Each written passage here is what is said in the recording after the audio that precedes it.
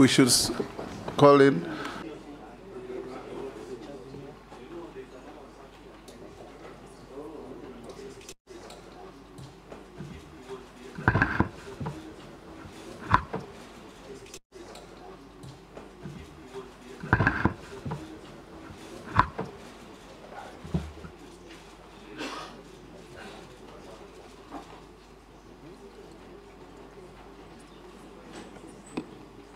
Good morning. Good morning, Mr. Speaker. You are Honorable Aden Duale, AGH. Yes, Mr. Speaker. Welcome to familiar ground.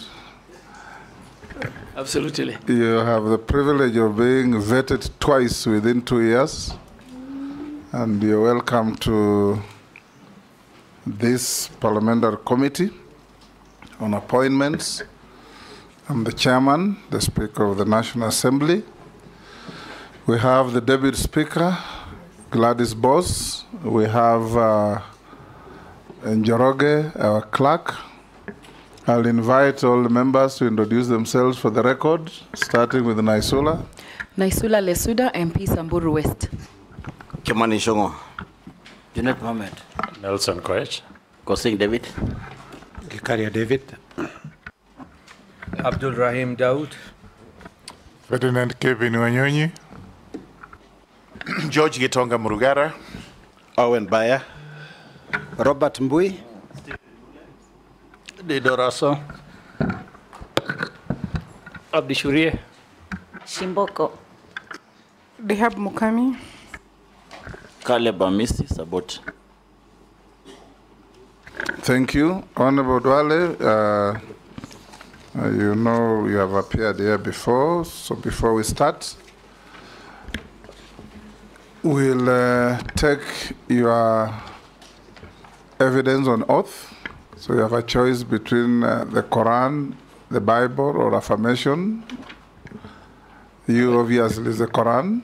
I have only one choice. Take the Quran in your right hand, be upstanding.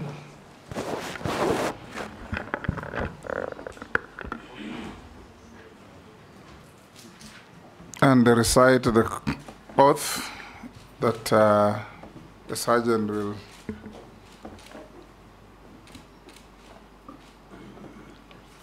Bismillah. I, Aden Duale, do swear that the evidence I shall give before this committee on the matter under its consideration shall be the truth, the whole truth, and nothing but the truth. So help me God. Thank you. And take your seats and sign the oath.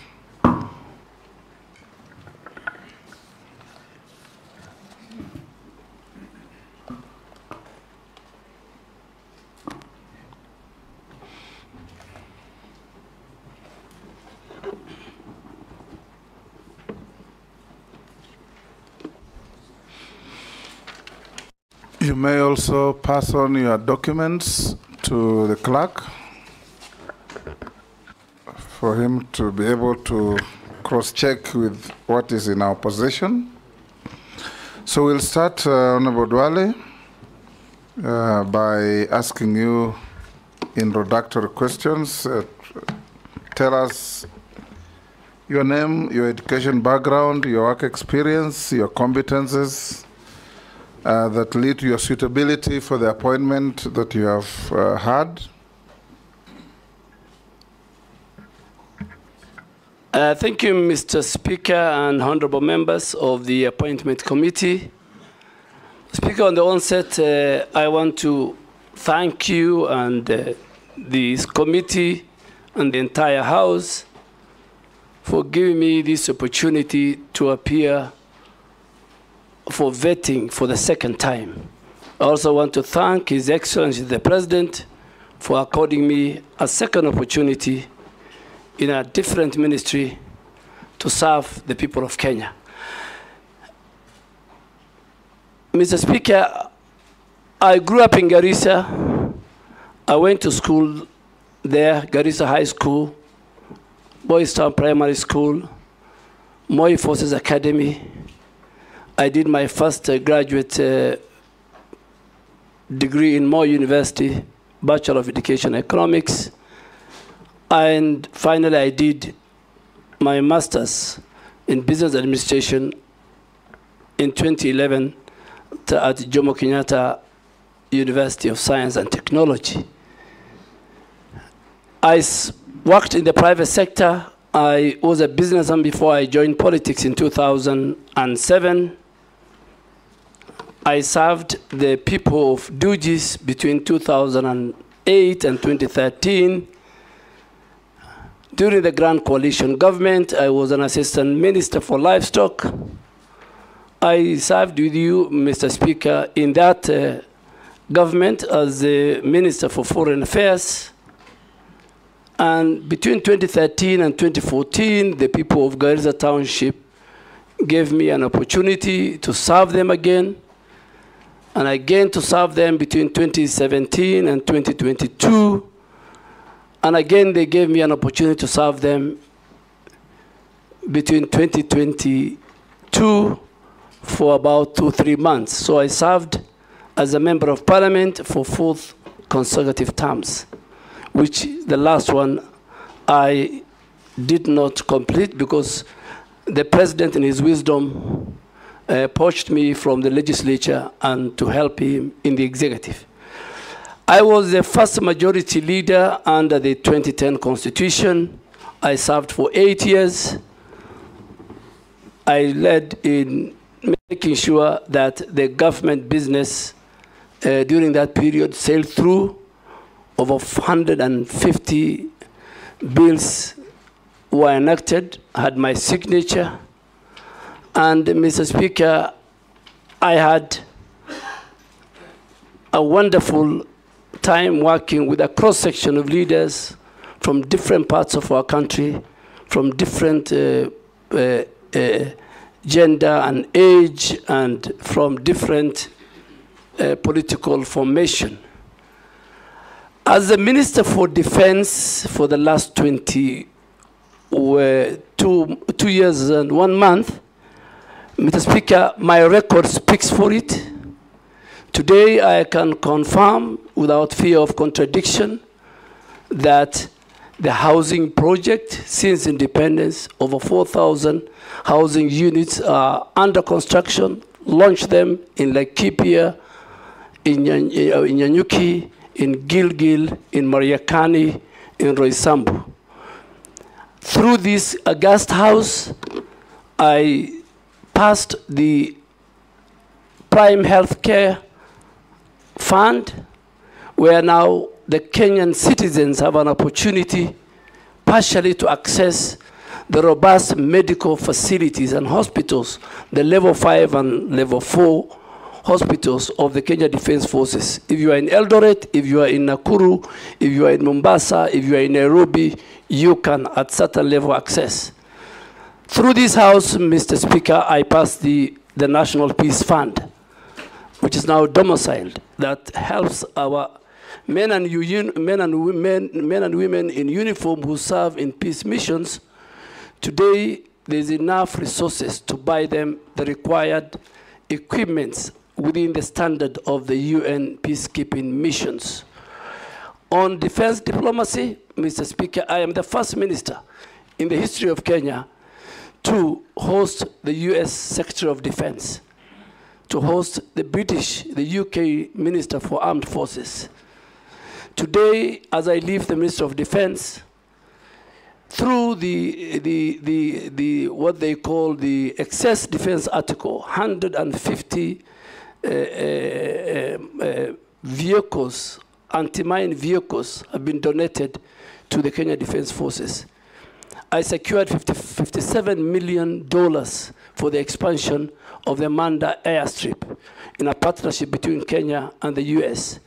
The National Defense College today, under the support of the partnership we have with the US government, is constructing the largest in our region, the School of Strategic and Security Studies, to the tune of $5 billion because of that.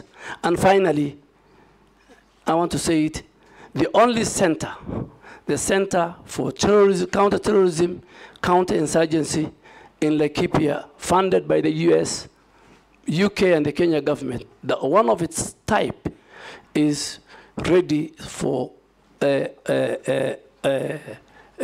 commissioning. Of course, in the war against terror, Mr. Speaker, in the last 2 years, Boni is safe, the North is safe, Nairobi is safe. Kenya Defense Forces have taken the war to Al-Shabaab inside Somalia. We will not anymore, at any given time, we're not going to wait for them at our borders.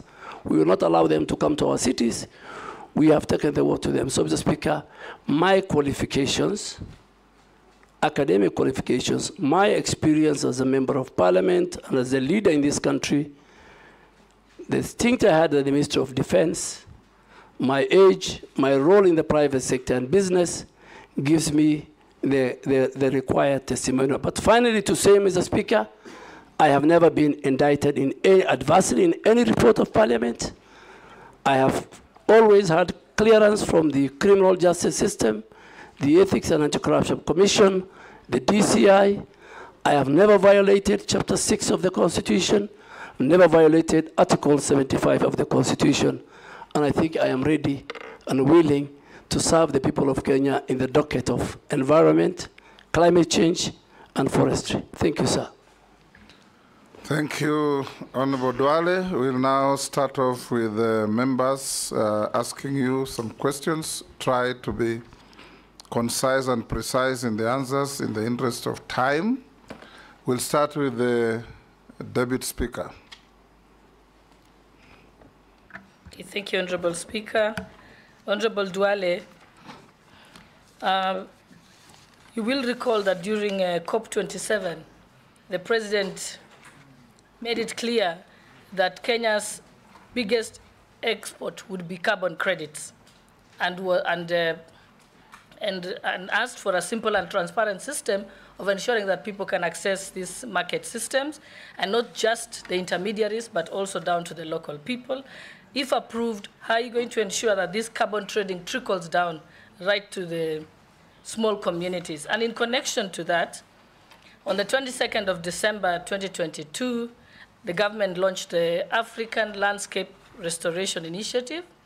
It pledged to the world that it would plant 15 billion trees by 2032. That is 15 billion trees in 10 years. That, if my calculation is correct, it's 4 million trees a day. If approved, what measures will you put in place to ensure that you don't let down the president and achieve this ambitious project? Thank you.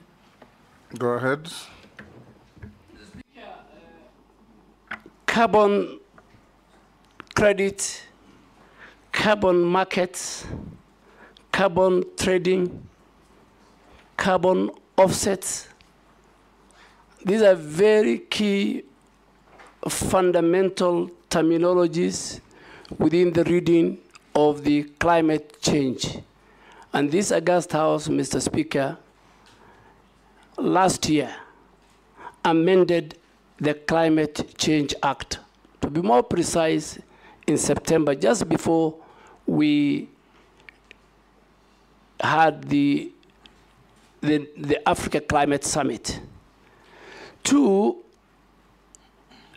our president is currently the chairman of heads of state and government of the Climate Summit in Africa. Carbon credit or carbon market is very, very important to our communities. Our communities, mainly in the ASAL, play a very, very big role. Companies abroad in the developed world who are responsible for the emission of the greenhouse gas, which in our case, our contribution is only 0.3%. While we only contribute 0.3%, on the flip side, we are the biggest victims, we are the vulnerables. So these companies, whether they're in the oil exploration, whether they're in the airline industry, they pollute the outer atmosphere. And they get involved in carbon trading and carbon market. Carbon market is just where you provide a mechanism, an infrastructure where both the private and the public sector engage in that. So to the question of Honorable Deputy Speaker, that amendment that this House did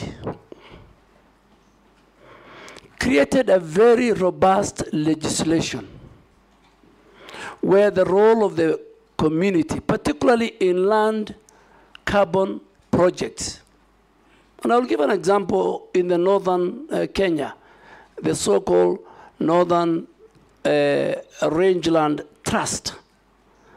Before communities were evicted from those lands, before this law, there was cultural disruption by these project proponents. Before this law, because there was a lacuna, there was no even register for the carbon markets. Today, I want to report that the law this House has passed give communities 40% of whatever carbon markets resources are received from the developed world. Today, NEMA as an organization is a custodian of the register. A company cannot just come into our country and go to our forested areas, can go to our rangelands and enter into an agreement with the project implementers.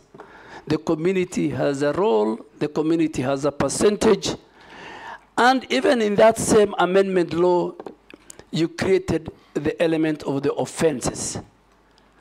That today in our country, if you commit certain crimes, even money laundering in carbon credit business, falsification, not involving the communities, then you need to have to play. So I want to assure, if this committee approves me, that my mantra will be public participation, public consultation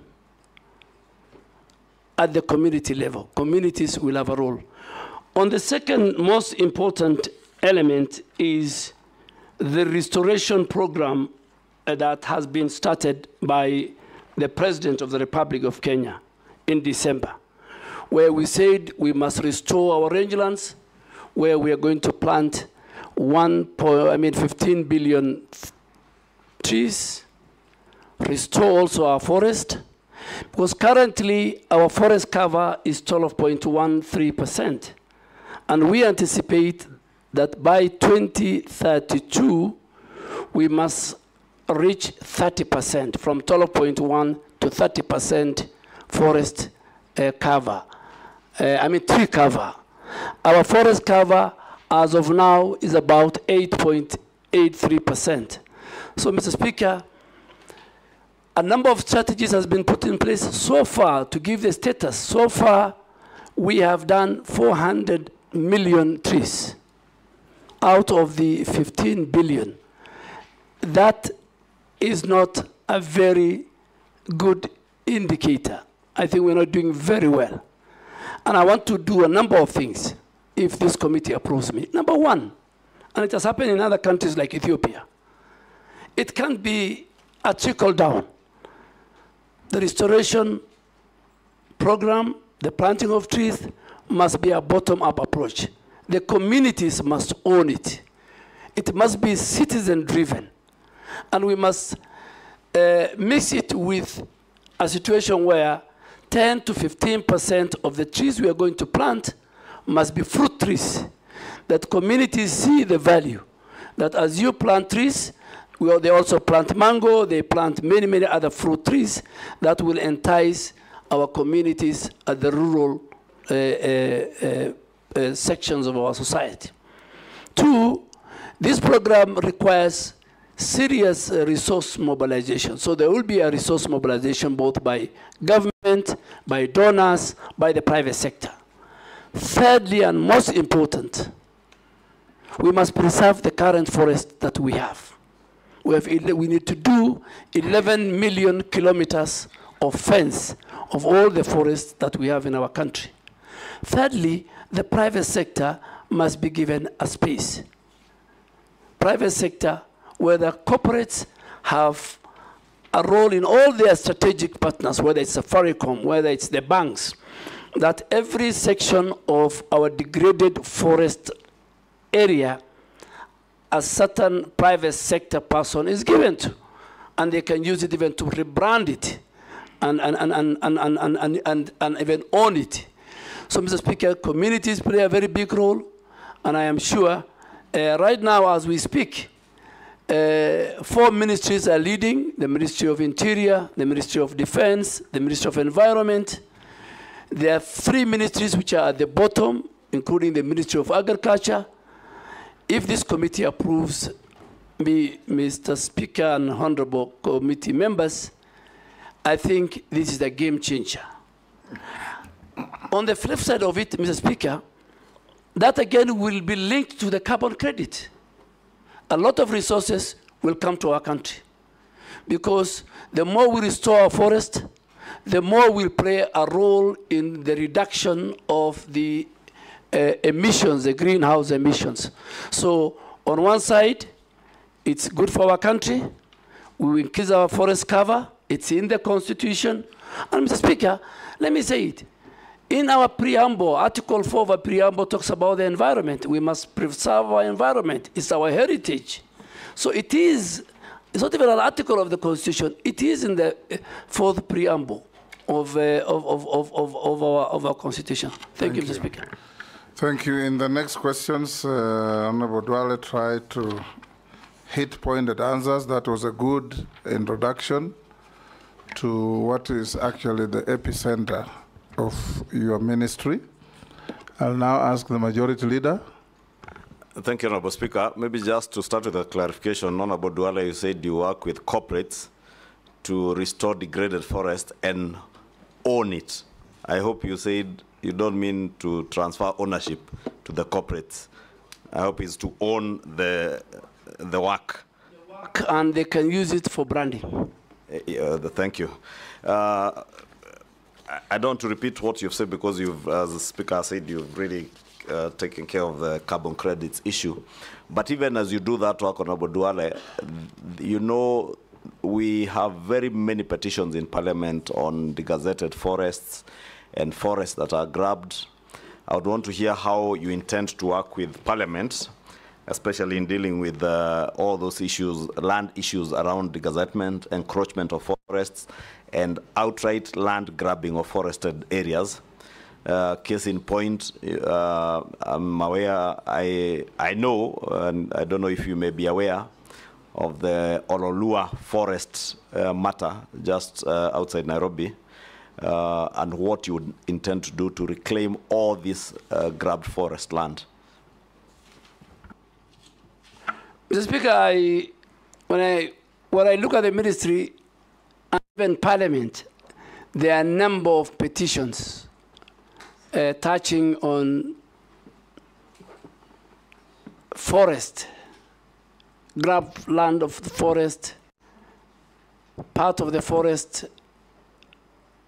be put under use either for agriculture, for even government offices across the country.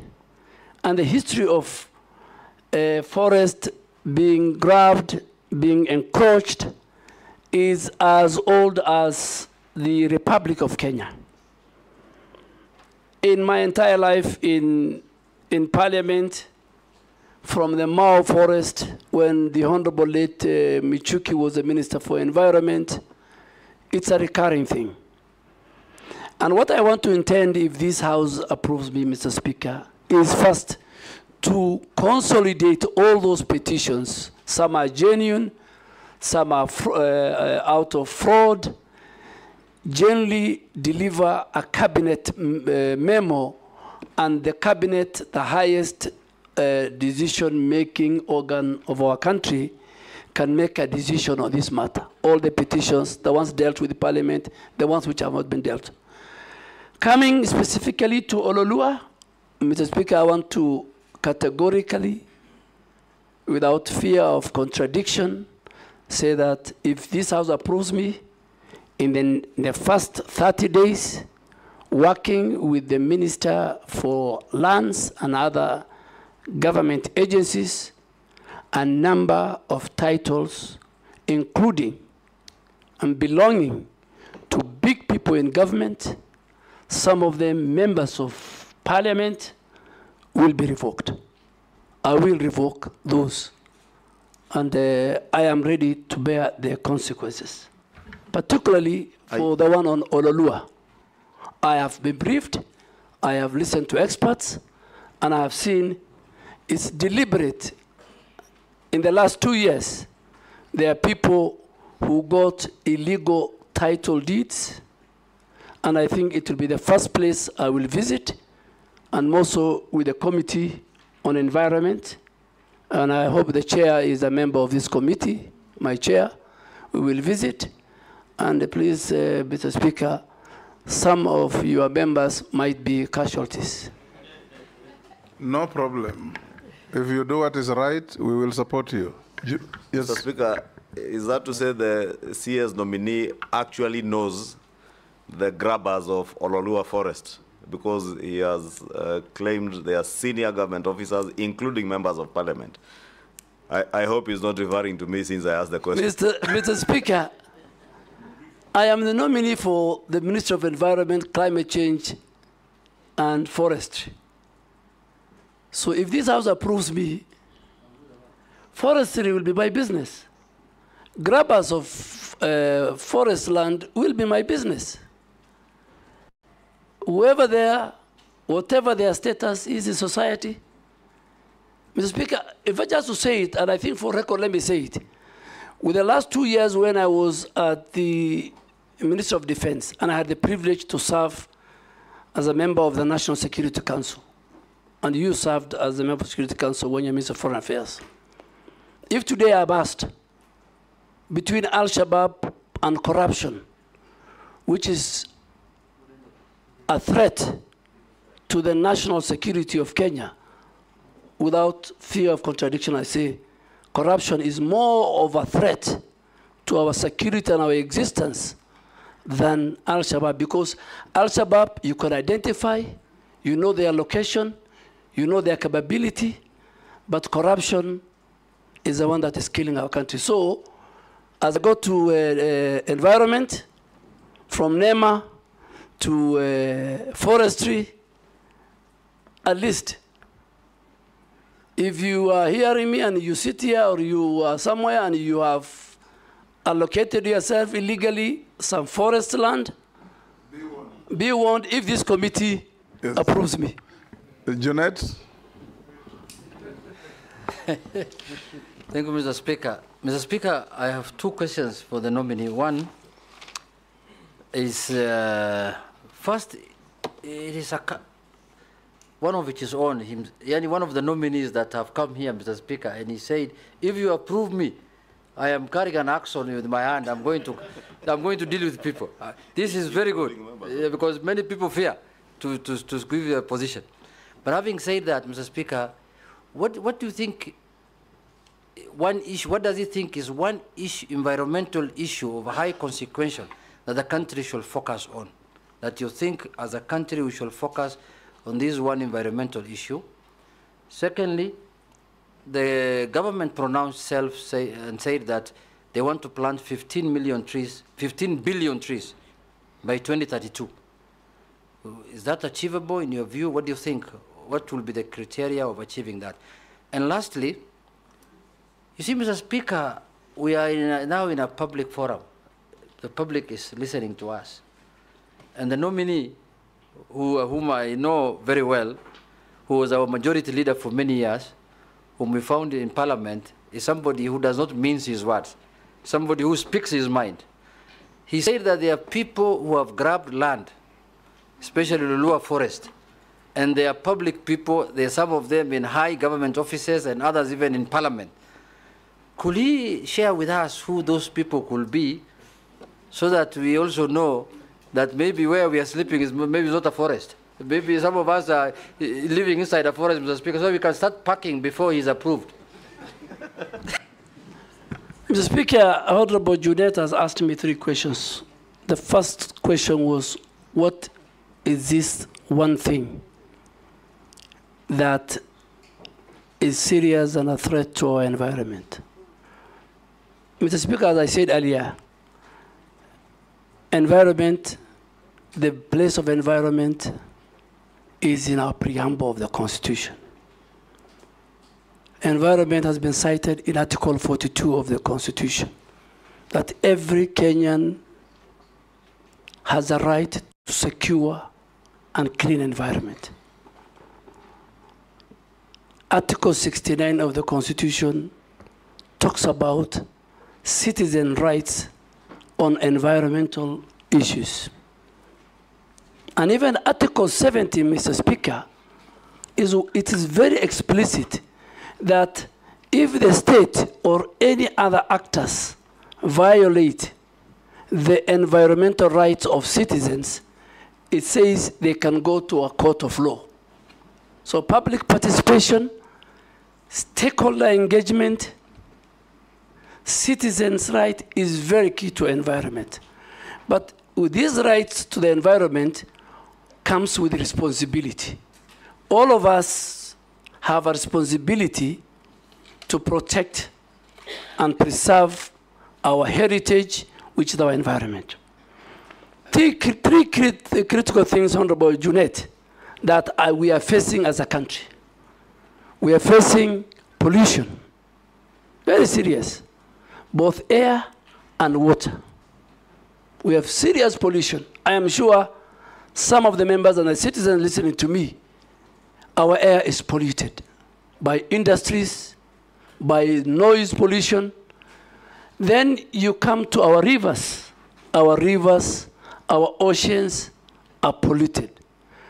Mr. Speaker, the 3 rivers that originate from Honorable Ichungwa's constituency, it's called the Ondiri Swamp. By the time, because of the sewage and all the other things that they pass through, the Athi, the Madare, the Ngong rivers, is completely polluted. The second thing, Honorable Junet, is our biodiversity. Our biodiversity. But from Dagoretti, the origin is very clean. Yes. Yes, Honorable. Thank you for that information. Yeah, the origin is clean, but it's very subjective, so we need to go with you and check. So biodiversity. A lot of the biodiversity, whether big, small, our heritage, are finishing. How are they finished? Through agriculture. Even the small insects, through agriculture, through road constructions. You know, infrastructure is a big threat. And then the most now I can pick it, Honorable Junet, is how we manage our waste. The waste management in our country and in our counties is in very dire situation. The law has been passed by this House. MCA of 1999, various amendments, even the coding of our waste. It's a household responsibility. Honorable Deputy Speaker, for example, if I pick her, in her own house, she's supposed to have 2 different coded bags, one for the wet waste and one for the dry waste. The person picking it is supposed to have 2 different trucks. When it goes to Dandora's site, it's supposed to have where he can deliver the dry, where it can be recycled, and where he can deliver the organic, where it can be used for fertilizer and many, many things. So those 3 issues, and also the waste management, I think is something that I will maybe later explain we must deal with. The 15 billion tree planting, Ethiopia did 30 billion. Ethiopia is a country that we can be proud of, we can learn a lot. I am ready to go to Ethiopia. I'm ready to walk the talk, help the president, talk to citizens, use leaders who are here. Leaders, stakeholders are very, very important. These tree planting, members of parliament are very, very important. It's not about taking a chopper, planting few trees, you don't know who takes care about them. In fact, the problem is it's not about, it's planting and then making sure the tree grow. So there is planting and growing. So members of parliament, all of us, the private sector, the public sector, the communities at home will help us. Thank you. This time around, I'll start with Miss Caleb. I've been petitioned by Mishi and Mukami that I change tact in who speaks first. You guys will be the last this time. Mr. Speaker, they didn't consult me. Now you've got me off guard, but it's okay. Give it to Mukami then. No, I will, Speaker. And ask, in the interest of time, ask one question, get one answer. Yeah, thank you, Mr. Speaker. I'll ask one question because I was trying to prepare the second one. If I get a chance, later I will. There is a major conference happening in November in Azerbaijan and Baku. Do you know the conference, the name, the history, and how Kenya can tap into such global climate conferences in the fight for climate change?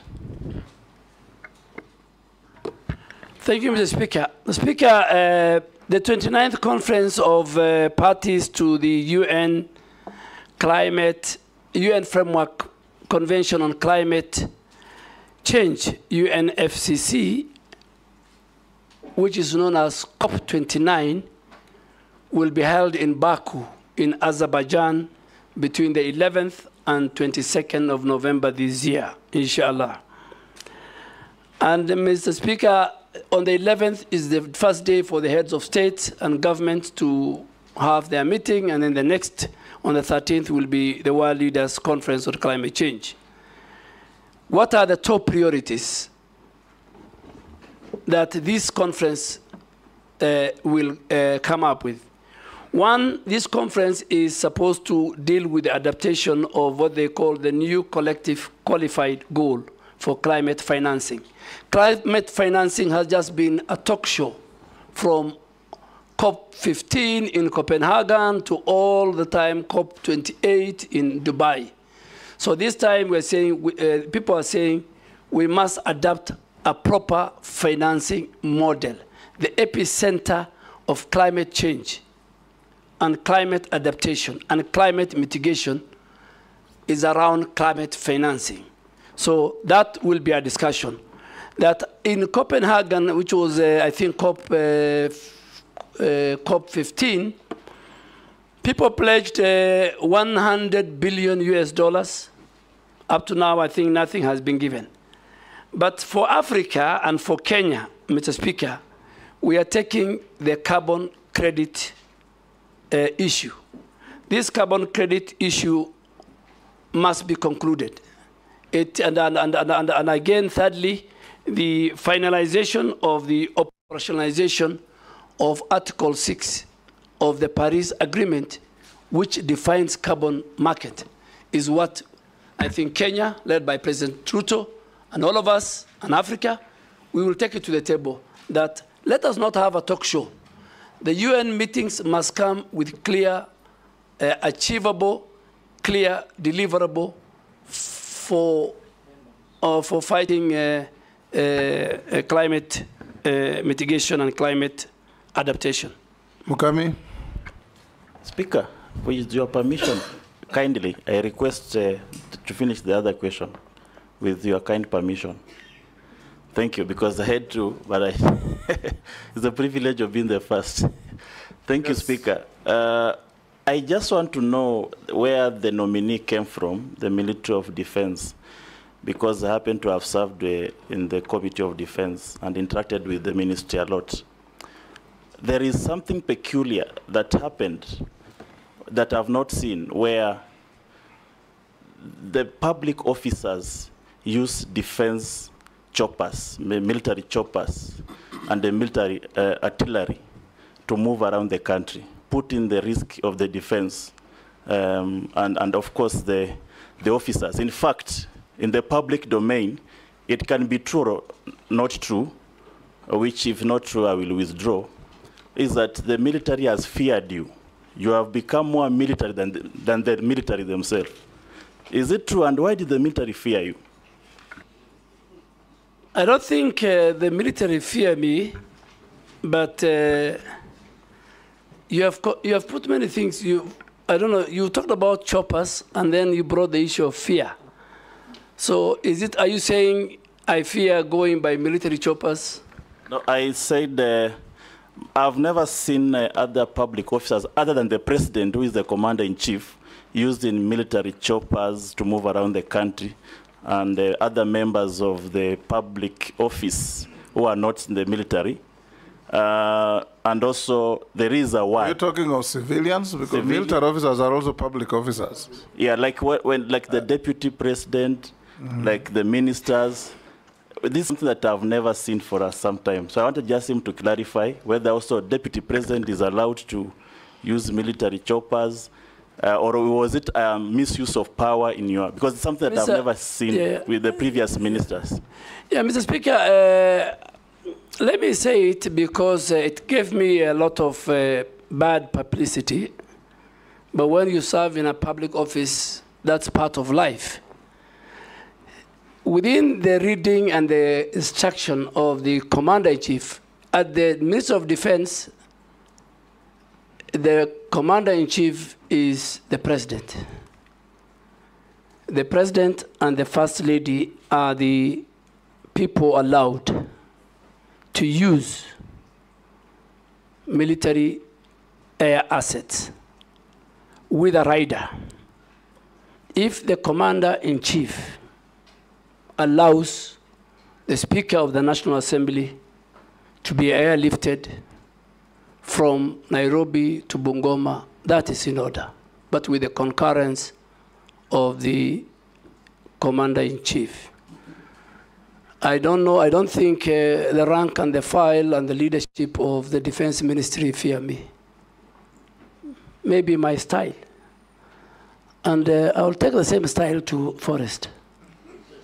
I'll take the same style. I had the same style in Parliament. We have no evidence that they fear you. Mukami? Thank you, Chair. Given the recent concerns about the government directives on grazing within the forest foresters are really harassing the communities. What are the long-term plans for collaborating with communities living near the forests? The other one is about the floods. Recently, the country experienced floods that left many stranded on account of ineffective rescue operations.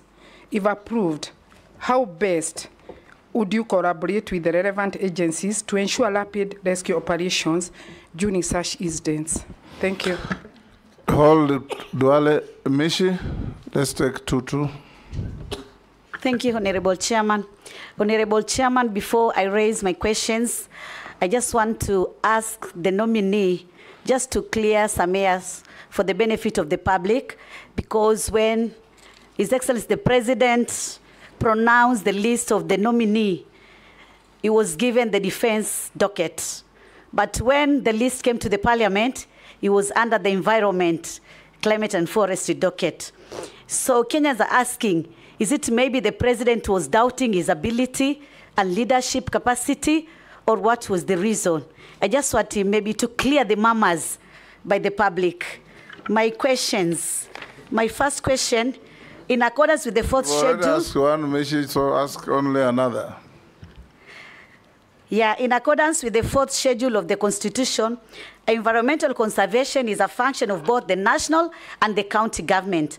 How are you going to ensure collaboration between those two governments, that is the national and the county government, so that you also avoid duplication of programs in terms of the same function? The last one, maybe it is how are you going to improve and maybe safeguard those Kenyans who are living or are located near the refinery and chemical plants, because there's a lot of pollution. Thank you. Yes, Mr. Speaker, there is no harm. Chair, let me start with the Honorable Mishi. And there is no harm. Even after this, in the event this committee approves me, what I think people expect and is just before even I'm appointed, the President has a prerogative right to assign me even another ministry. So he might even take me from environment to somewhere else if this committee approves me. So Honorable Mishi, that is the powers of the president. After all of us are approved, in 1 week he can reshuffle, and maybe he might even take me back to defense, or foreign affairs, or even gender, or even youth affairs and sports. And I am ready, or education. I am ready to serve in any capacity that the president finds it, deems it right. The second one, I think, is a very good question. Environmental matters is devolved under the 4th schedule. And at the county level, we have a very good relationship. We have got the county environmental committees appointed by the governors. The chair, on behalf of the governor, is the CEC for environment. The secretary is our county director of NEMA. And that's how they work together with all the other multi-agency team. But soon, if this committee appoints me, we are trying to create now, and we hope if this committee appoints me, we are going to sign a more intergovernmental environmental framework between the Ministry of Environment, Climate Change and Forestry and the Council of Governors, where I will sign and the chair of the Council of Governors will sign. On grazing, Honorable Nyokapi, this is a very, very complex issue. Honorable Mukami.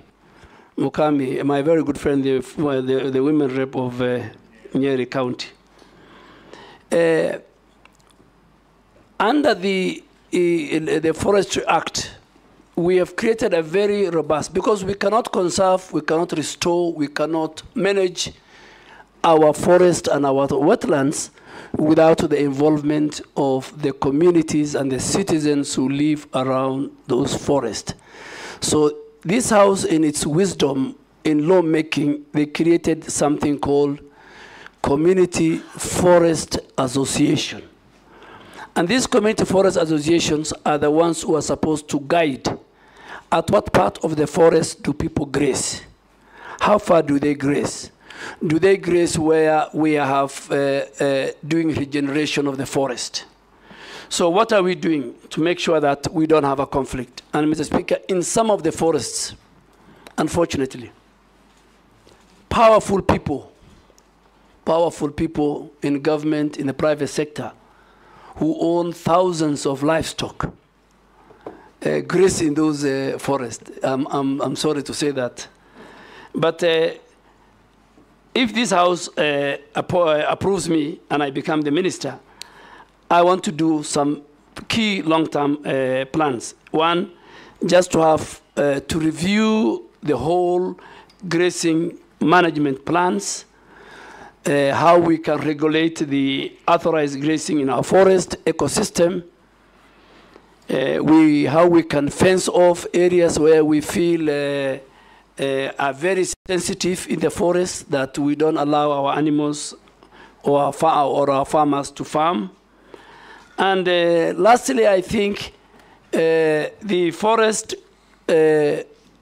community management regulation of 2016 has not been operationalized, and I'm going to operationalize with the approval of this House, because that will give them the rights. The Speaker, the second question of Honorable Mukami, I didn't get it. If you can repeat it.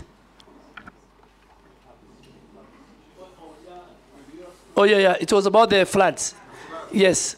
Mr. Speaker, climate change today is the biggest threat to humanity. I mean, you can see what's happening in India and Ethiopia in the last 1 week. Thousands of people have died because of the mudslide. You have seen the wildfires in California. You have seen the hurricanes, what they're doing, kind of destruction. And coming back home, the last 2 years, we had a severe drought that killed many livestock, affected our farmers, affected food security, destroyed, and then next after the drought, we had the floods, which again affected livelihood, destroyed our infrastructure, roads, and farms and livestock was swept away. So, and that's why, because of the climate change, one of the issues why we're having 15 billion is to recover our forest ecosystem, restoration, regeneration, bring back our biodiversity. So, Mr. Speaker, I think I have tried to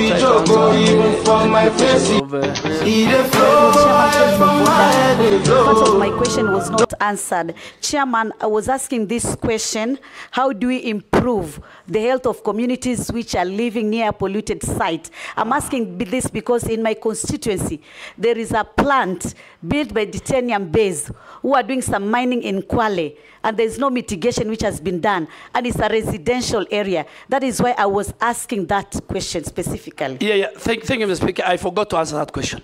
Let me answer it. It's not only in Likoni. Mr. Speaker, we have a serious problem between how county governments enforce their physical planning and zoning of areas and the role of environmental institutions in making sure that zoning is respected.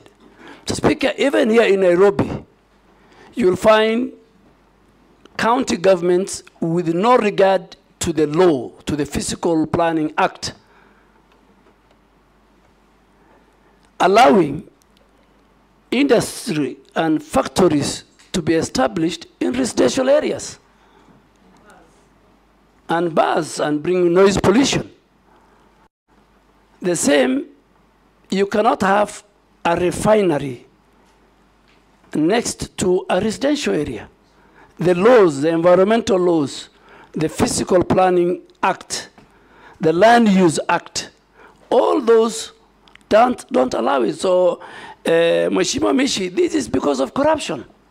And Mr. Speaker, that's why you see even skyscrapers are appearing next to each other, buildings which has no ventilation, they have no air, there's no sand, particularly in this cold weather of July.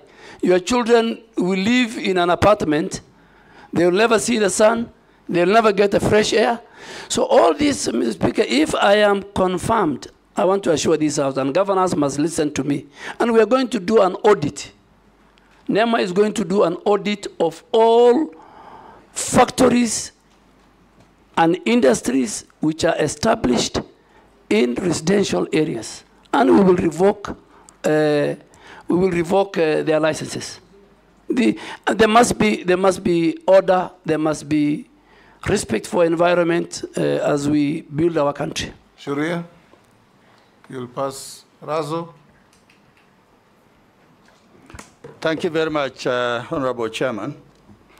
Honorable Duale, you are the immediate former Cabinet Secretary for Defense. And defense in our country is a celebrated institution. As you move to environment, if the House confirms your nomination, what are some of the good things that you have seen in defense that you are likely to carry over? Secondly, is the issue of environment. I want to say without benefit of doubt, if the members of parliament are not used in planting trees, in conserving the environment, then that thing is bound to fail, and it will fail seriously. In northern Kenya, currently, the Northern Rangeland Trust, NGOs, are the ones that are being used for conservation, environmental support programs. But at the same time, we have left out KWS and forestry, which is a very serious omission. Going forward, maybe tell us what plans you may have so that institutions of government are not killed silently by non-governmental actors. Thank you, Honorable Speaker. Thank you, Speaker. The nominee, Honorable Duale, Karibu Bunge tena. My question is that Kenya hosts one of the United Nations Environmental Office and Program in Nairobi at Gigiri. And the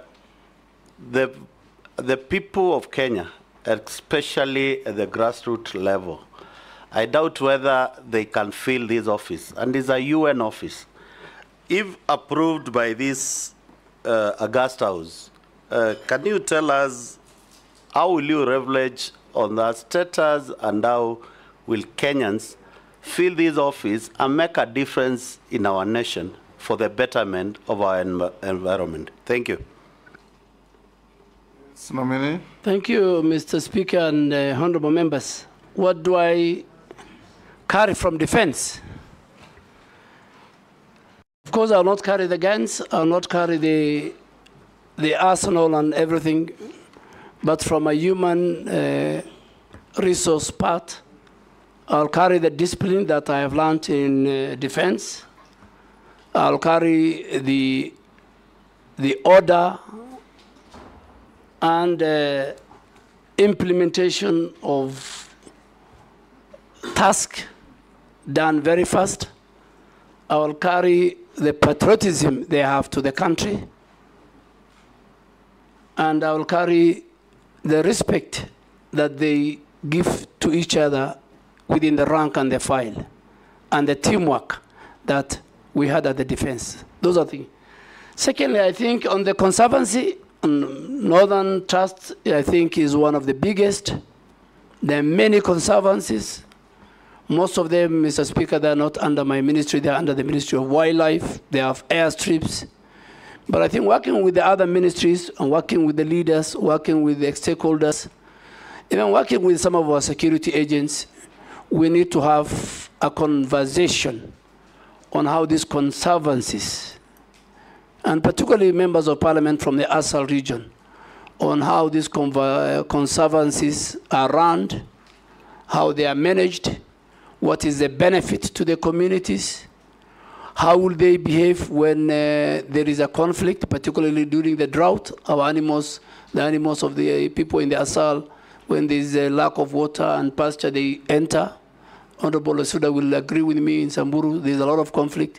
So I think we need to have a more bigger conversation. We need to discuss about the carbon market, how much they're getting, the Northern Trust Fund, vis-a-vis, are they implementing the 40% that the law and the regulations give to the people? Honorable Mule, we are a very privileged country. We are a very privileged because we host UN, we host UNEP and UN Habitat. These are the only UN agencies in the global south. So it's a big privilege and honor for our country. And in fact, that's why in some quarters, Nairobi is called the environmental capital of the world. And it's the only UN body. And this is where you have the expertise, the knowledge, the pool of experts, the top world experts on environment are based in Nairobi. They advise governments very, very far away from Nairobi. As Kenyans, as a minister for nominee for environment, I want to assure you that that proximity we have to this institution, it must work in our favor. We must use the skilled labor. We must use the experts that we have. We must use the data they have to build our own environmental data. We must use them to build the capacity and the skills of our staff in our country and in the midst of environment. We must do technology and skill transfer from the men and women who work. And as the focal ministry to UN, to UNEP, I want to assure this committee that I will work very, very, very closely with them. And I'll work also very, very closely with the Ministry of Foreign Affairs and the two ambassadors, or the ambassador who is second posted to UNEP and UN Habitat. I'll work with them. that we must make sure that this important institution help us. We are trying to build, lastly, what we call the State of the Environment Report. The State of the Environment Report, a very important report that will come to Parliament. We must leverage on the skills, on the experts who work and who come from globally at the United Nations Environmental Program and UN Habitat. Thank you, Mr. Speaker. Nominee Aden Duale, you know, the Ministry of Environment requires a no-nonsense CS like Mishuki. You know, remember when Mishuki went to transport, he cleaned up the public transport system. And when he went to environment, he actually cleaned up Nairobi River. You could even drink the water then. But after he left, he just went back to the bad old days. Now, for us to be able to gauge your suitability, it is important that we make reference to the position that you have held, which we are aware of. And so I have two questions based on your suitability, based on your experience, your past experience. First one is corruption in the recruitment of military officers. You have been in the docket of defense, and from yesterday there was a lot of discussion about how much Kenyans have to pay so that their sons or daughters are recruited into the military. What did you do about these menace when you are CS for defense? And secondly, in the recent demos, when Kenyans were exercising their constitutional rights under Article 37, the military was deployed to Kenyan streets via Gazette Notice 7861, signed by you on 25th of June, 2024. Now, unlike police that use tear gas, canisters, batons, rubber bullets, water cannons, the military is known for live bullets, grenades, assault rifles, tankers, and bombs. Now, what was the intention behind sending the military to the streets? Was there a plan to shoot to kill demonstrators? Mr. Speaker, I'm not John Michuki, but I will be like John Michuki. I can assure the member that I'll try my best. Nairobi River Commission used to be under the Ministry of Environment. Now it's not under me. It's under the Deputy President. But we need to deal with the Nairobi River Commission. The pollution that is going on in Nairobi River Commission, Nairobi rivers, because of the dysfunctional sewage system, which needs to be upgraded. The dumping sites of Nairobi County, all of them, including Dandora, are on Nairobi and Nairobi rivers. So the governor of Nairobi, at some stage, and I hope he will listen to me if I'm appointed, he has to look for other dumping sites outside the Nairobi River Causeway, Rivers Causeway. So coming to military recruitment, I agree with you, it's a systemic issue. And I was watching yesterday, the speaker said, the president himself is concerned. But we have agreed before I left the Ministry of Defense that going forward, before the next recruitment, we must sit, we must have a conversation. The way the speaker said yesterday, I was watching him, we must communicate candid to the public, and we must deal with that monster.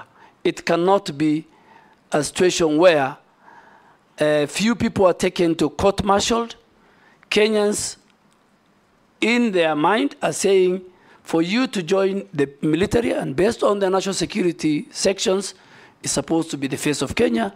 Kenyans, for them to join the military, they must pay between 400 to 500,000. I think that is unacceptable. If more, that's unacceptable, and it's part of the corruption that I was telling you, which is I think all of us together, the citizens themselves, the anti-corruption agencies, all of us together, we must face on.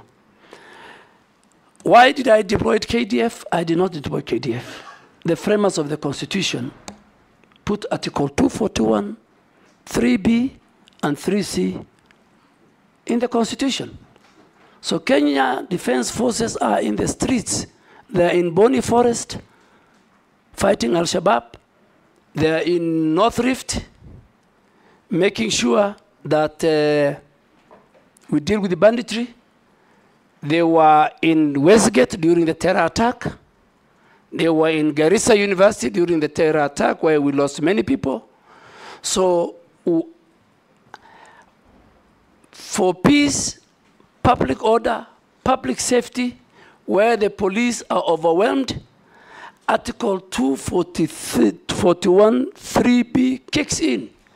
The function of the Minister for Defense, by then me, is once the article kicks in, then I am supposed to do certain subsidiary legislation. I gazette. And Mr. Speaker, all of us know Article 132 of the Constitution obligates the President to protect the other arms of government. He is the chair of the National Security Council. That day, the Office of the Chief Justice and the Supreme Court, as an institution, was under threat, under attack. Parliament and the colleagues sitting here, if KDF did not come to assist the other security agents, God forbid, many members of Parliament could have died, including our Speaker. Parliament could have been burnt. I will not be that irresponsible as a Minister of Defense with a provision of the Constitution,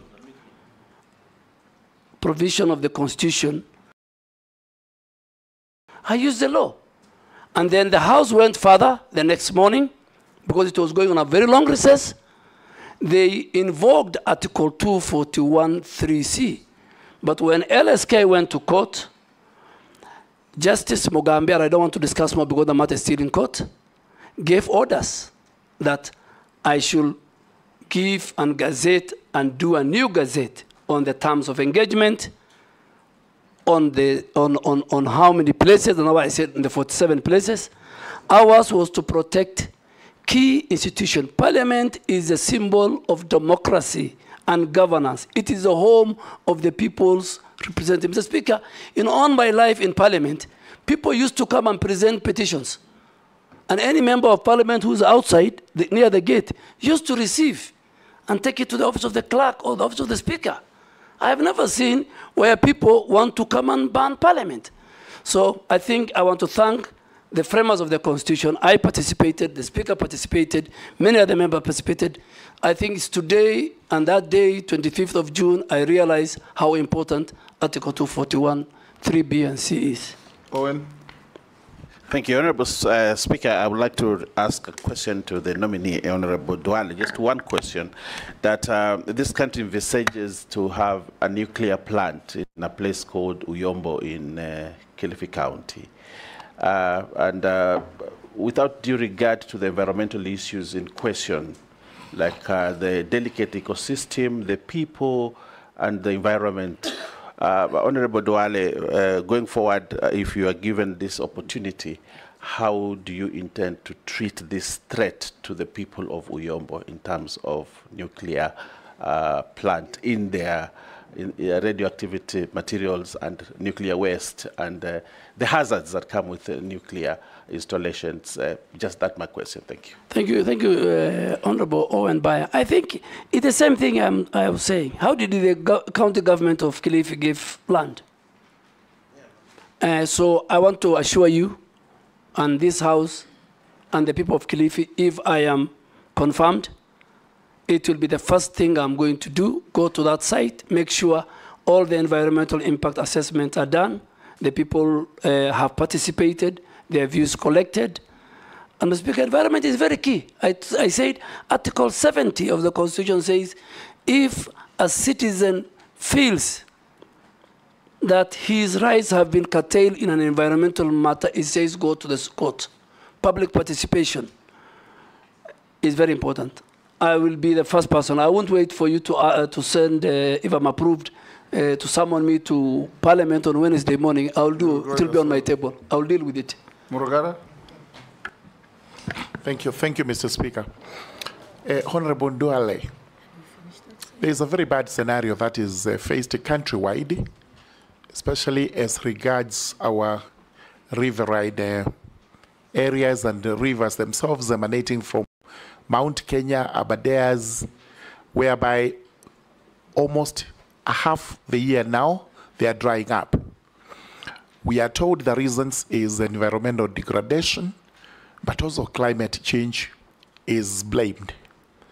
As human beings, we cannot sit pretty. We must have policies in place to ensure that these rivers do not disappear forever. What policies are you likely to put in place to ensure that we recover these rivers, which are actually the bottom line of our livelihoods? Thank you, Honorable Murugara. Ferdinand, let's take two. Thank you so much, Mr. Duale. If you are actually confirmed by this committee, first of all, I want to thank you, and I will tell you that I think that I've witnessed extensive planting efforts by the ministry in which you have been assigned. Now, to ensure that we retain that, I just want to ask you if it's possible. Instead of actually interfering with the planting, what have you, in agriculture areas, is it possible, are you able to agree with me that you can now plant trees along the roads? I say this because I went to Denmark and I was surprised. The roads are all covered because we got 6 meters from the center, and that is an area that I think we can plant trees in all these areas. Secondly, and lastly, I come from slopes of Mount Elgon. I can tell you, when I was growing up, that area, forest was very thick, and it was actually an attraction of the rains. Today, it's being cleared. So what are you going to do if you get this opportunity as a Minister for Environment? What do you want to do to save Mount Elgon? And of course, I don't know about Mount Kenya and other places. Mount Elgon, where I saw thick forests being cleared now. What are you going to do? Nominee? Honorable Speaker, let me start with Honorable Murugara. Yes, even at the downstream of where I come from, Garissa, Tana River, you'll find the water level of Tana River, getting it from Aberdares, Mount Kenya, and all that, is reducing. And I agree with you. It's all about environmental degradation. And that's why these 15 billion trees will help us to restore, to regenerate our forests. Forests play a very key role in making sure that our rivers have enough water, they are safe, they're sound.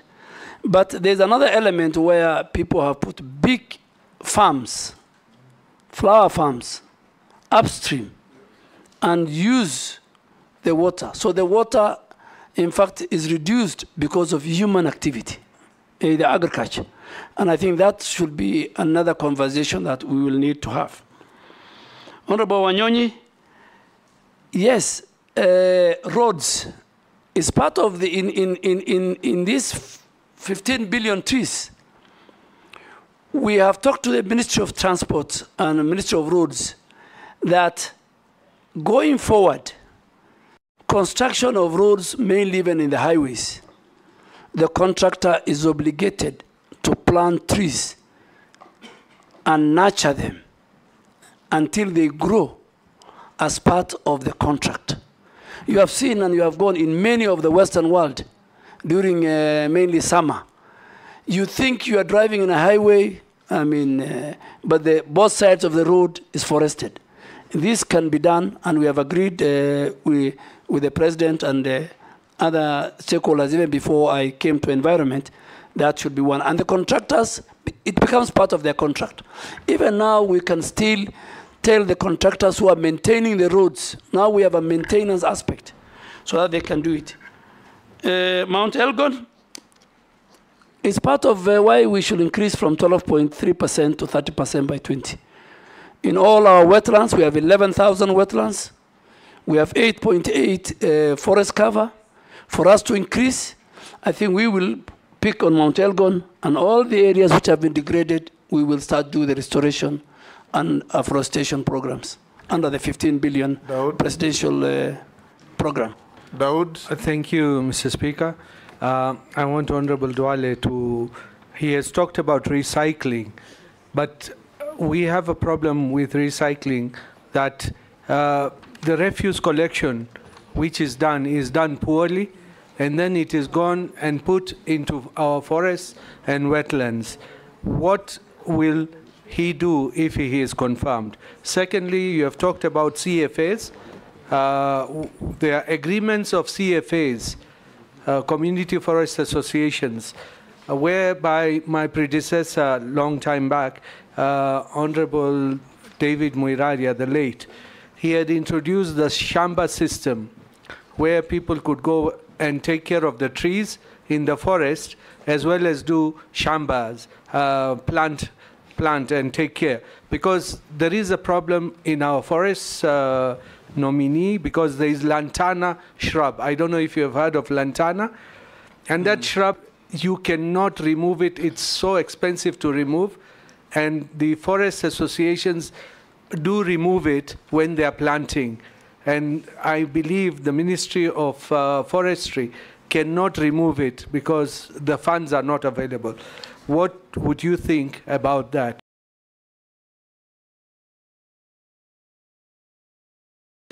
You talked about noise pollution. That's the last one, Mr. Speaker.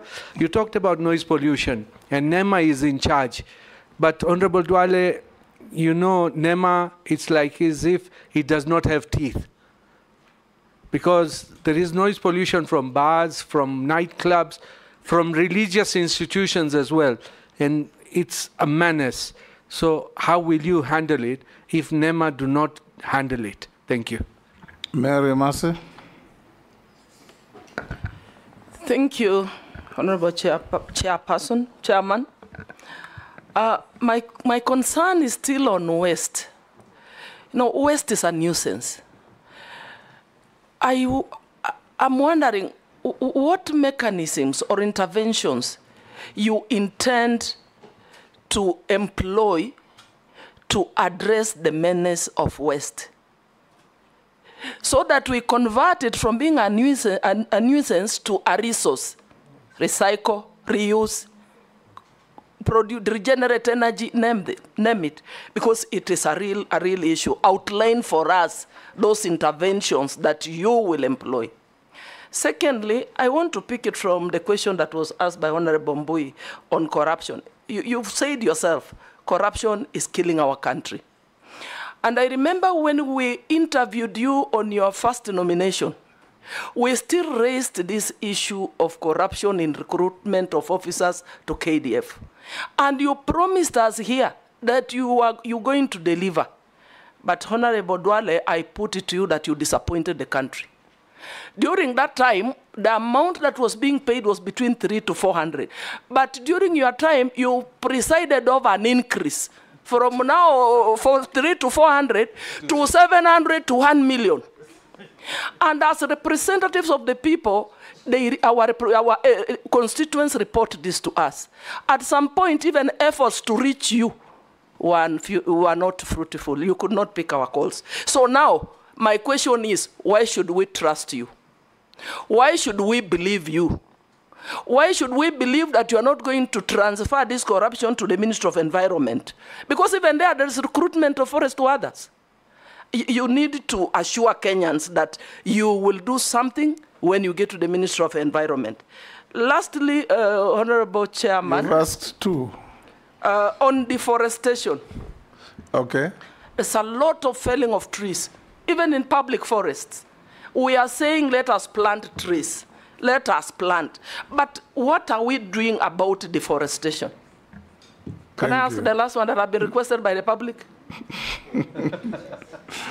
Go ahead. A member of the public has asked me to ask Honorable Duale, what is your connection with the Juja International Abattoir in Mrima in Juja? It has environmental wastage. I don't know what that means. Probably you can give your thoughts on that. Thank you. Let me start with something Murima Juja. Maybe the people who I sell my fattened bulls take to many slaughterhouse. If they buy and take it to our slaughterhouse, that is the only relationship I have. I don't own slaughterhouse. I sell to Farmers Choice. I sell to Kenya Meat Commission. I'm a very serious livestock keeper, and I do what we call feedlot. Two, so ask that person, maybe he's looking for another Duale. Let me answer about recruitment. I refuse to pick your call and many other people's calls because of corruption. It's because of the corruption. You wanted me to employ for you people. And many members of parliament will agree with me when even they send me text. I said, please go to the nearest sub-county recruitment center. So I'm very sorry, Honorable Mercy, if I didn't pick your call, I was scared you'll ask me to recruit somebody for you. And that is the level of how I abhor corruption. Two, I think when I went, is the only recruitment that I did under my leadership. The only one. And the speaker said it's a systemic. Systemic. It was okay, inform him. But Speaker, I must agree if I want to be informed. Okay, point of order. I remember the standing orders. I know. Point of order, Speaker. Let's hear her. My call. Honorable Speaker, I was calling the Honorable CS to seek clarification with respect to the concerns that were raised by my constituents, that those who were successful and had reported to the training camp were being chased away over flimsy reasons. And I think I can quote, one of my constituents was told that his testicles are not equal. That is why he's being dismissed or returned from the training camp. So I wanted to seek clarification from the CS to tell me what are the guidelines for one to be recruited. Somebody who is successful, he has already reported and is being chased away. I wanted it to secure that slot so that my constituents do not lose it as a representative of the people of Teso South. Mr. Speaker. Oh, yes, what's your point of order? Honestly, okay, Mary. it was very sad indeed. And my constituent lost that slot because I could not get the CS to clarify. We hear you. Yes. In fact, I had to look for a chairman of a committee to call the CS on my behalf because I thought, because I'm a small person, he can't pick mine. You are an He MP. actually picked, but I was not helped. I was not helped. I am speaking on behalf of the people of Teso South. Good. But you are vetting him on behalf of Kenyans. Yes. Yes, on behalf of Kenyans, yes. And it did not only happen to Teso South. Many Kenyans were returned from the training camp. And we are told those lots were sold again to some waiting rich guys with 1,700,000. It cannot continue.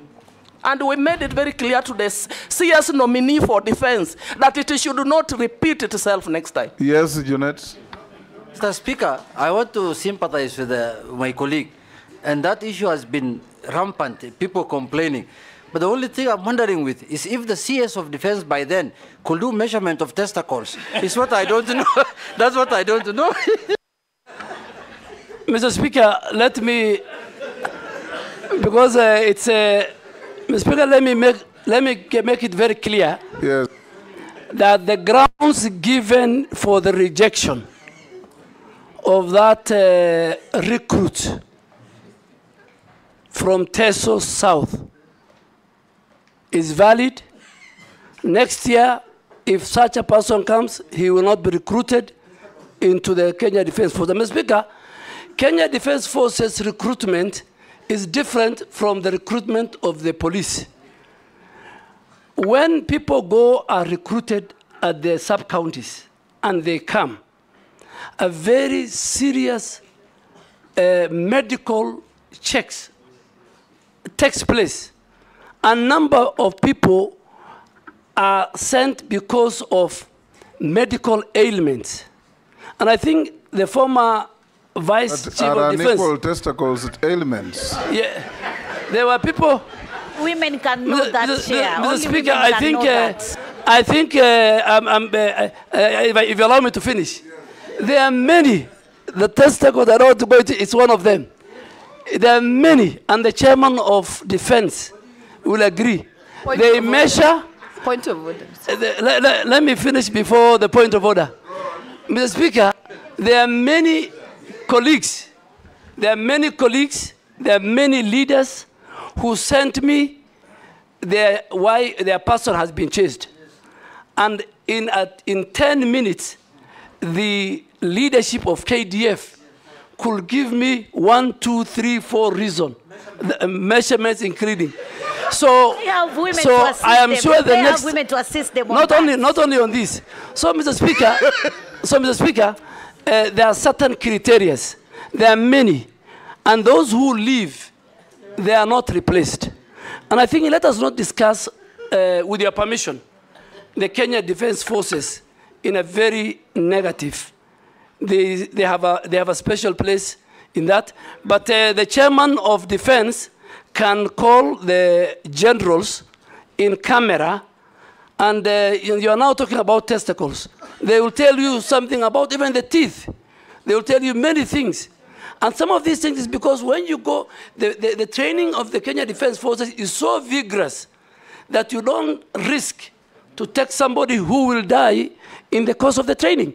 So don't compare it with how the police are trained. Don't compare it with how the Kenya prisoners are trained.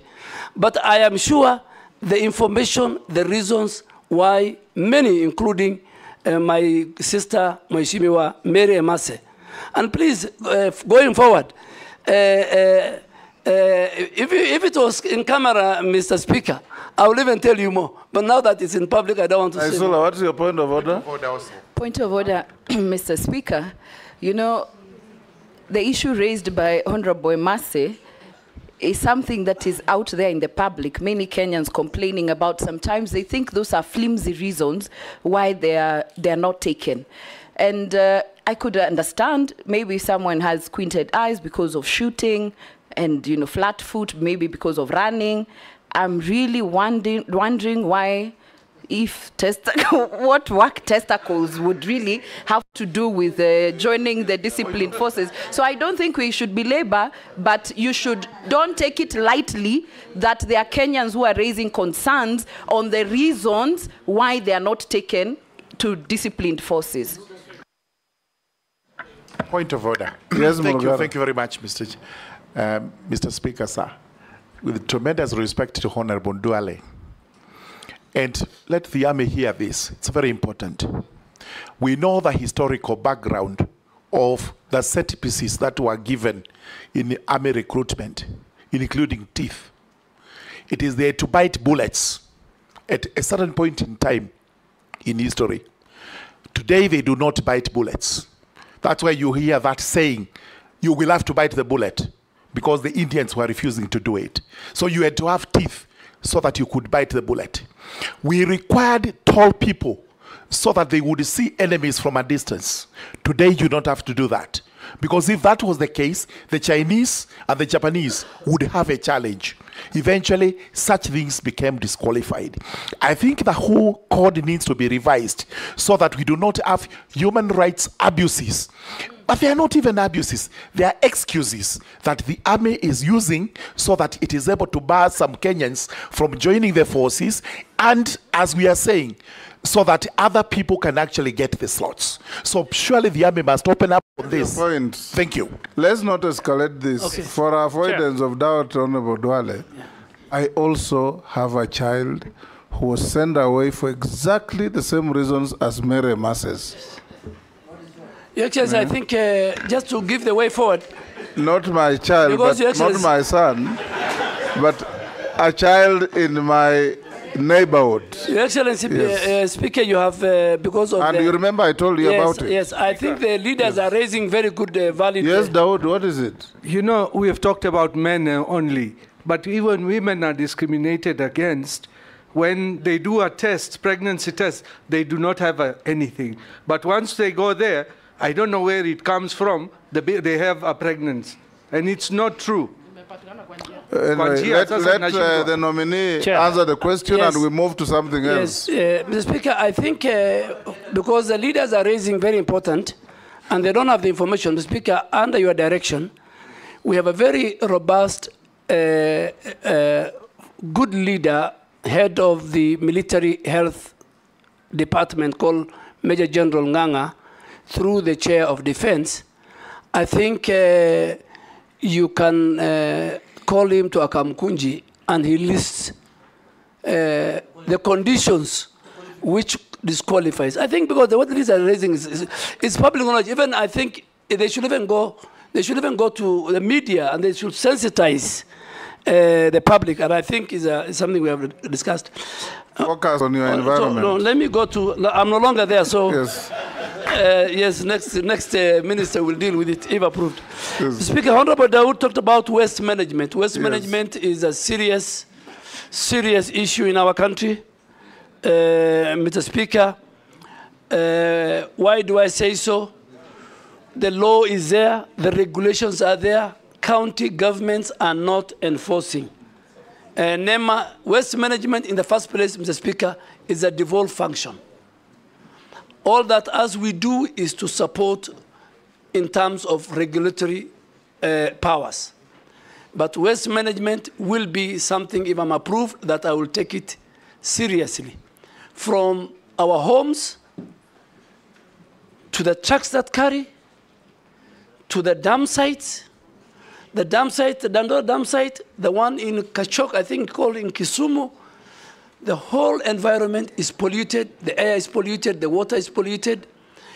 The law says you must color the bags, you must differentiate from the homes. Our homes have a responsibility. There must be designated bins in all our public places. So, Speaker, one of the things that I want to introduce, if you approve me, is that even public transport must have a bin in the buses. You know, public places like even the Parliament must have those two different. In the malls, there must be different bins. The one for the organic wet, the one for the dry. But public waste management, which is a devolved function, Mr. Speaker, is an area that I think we need to deal with. A nightmare. A nightmare. Number two, I think the Shamba system, the community forest association are working very well. Some are abusing the law. We have now put in place what we call the community forest association management plan, where they will help us which part of the forest with a proper plan they can graze, and which part of the forest they will help us and protect, and we will use.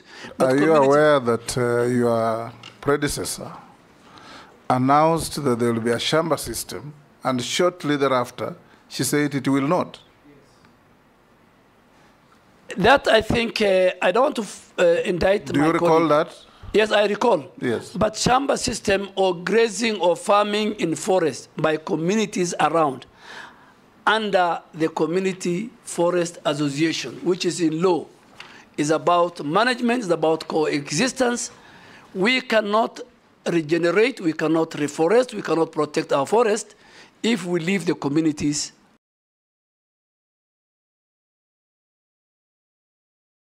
Kenya Forest Service, Karura Forest, the way you see it, the way it's managed, is run by Community Forest Association, and they're doing a very good work.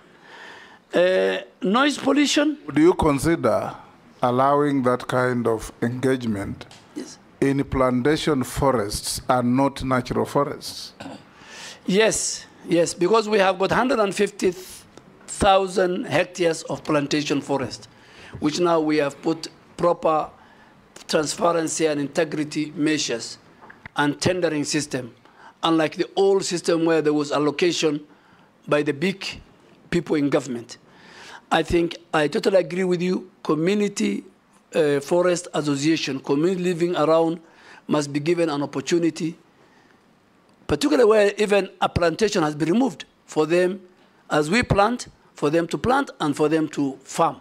In fact, farming can be well done under the plantation, Mr. Speaker. Coming to noise pollution, Mr. Speaker, is another serious thing. But again, it's a devolved function. It's a county function. They have no capacity. All they do is they give license to bus, they give license to clubs, and they don't choose which neighborhood. There are people who have got sick people in their homes. There are people who have children who are doing homework.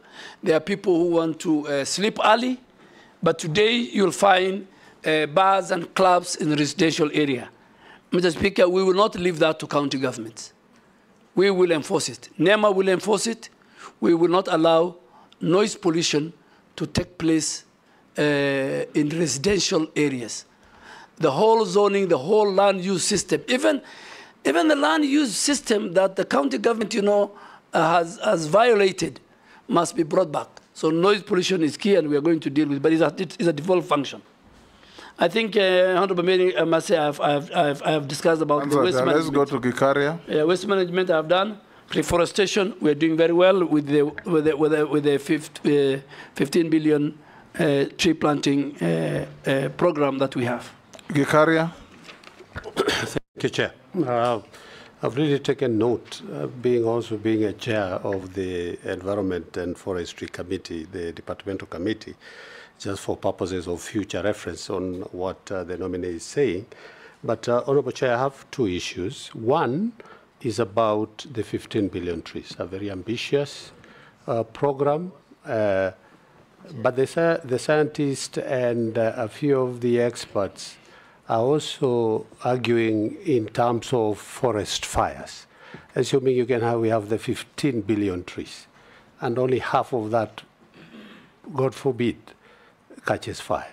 So what are the plans that the nominee will take into consideration when he will be, if nominated? What plans do you have to address forest fires? Secondly, and I don't want to belabor on the pollution that has been spoken about, Honourable Chair, most of our schools and other institutions from the colonial times have been using asbestos for purposes of roofing.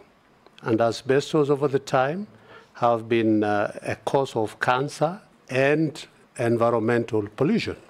Maybe what plans are there for the nominee to address the use of asbestos that are in our schools, health institutions, and so many other places? Thank you, Honourable Chair.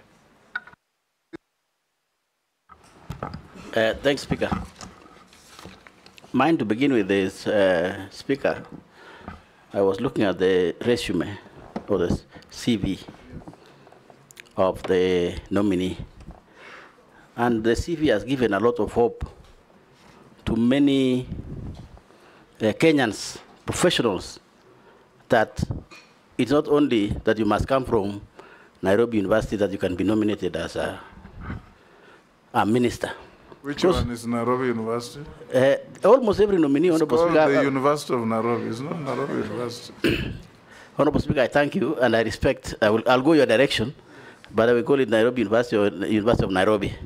But almost every nominee, Honourable Speaker, and I think this is good for record, for future, that people who have been to other universities, Moi University, Kenyatta University, all the people, Honourable Speaker, that I have seen, is only Nairobi University, Nairobi, almost everybody. Until when I was saying... Kindiki came from Moi University. It's only one. It's actually a rare species. With this one, there are only two. Everybody else, Honourable Speaker, and I think it's good for record, that other universities, graduates from other universities, are qualified to become also nominees of ministers and even ahead of it should not be Nairobi University. What about Kenyatta University? What about Moi University? And so on and so forth. I thank you, Honourable Speaker, and I will use the questions asked by other members to judge the suitability of the candidate. I thank you, Speaker. Mine is very brief. Honourable... You have any questions or don't answer? Honourable Duale is telling us to plant trees, but yet Kenya Power on the other side is busy felling trees. There's I don't know, there's a trend in this country that Kenya Power has decided that it is actually going to bring down trees. Nairobi is awash with very hoary situation of trees that have been felled by Kenya Power, very recklessly, some very old indigenous trees. Honourable Duale, what will you do so that this cross-purpose by government is immediately stopped. Number two is the Mau forest. The Mau ecosystem has become a problem. Successive governments have not been able to deal with the situation. There's a lot of the human activity, and it is because of settlement of people living around Mau forest.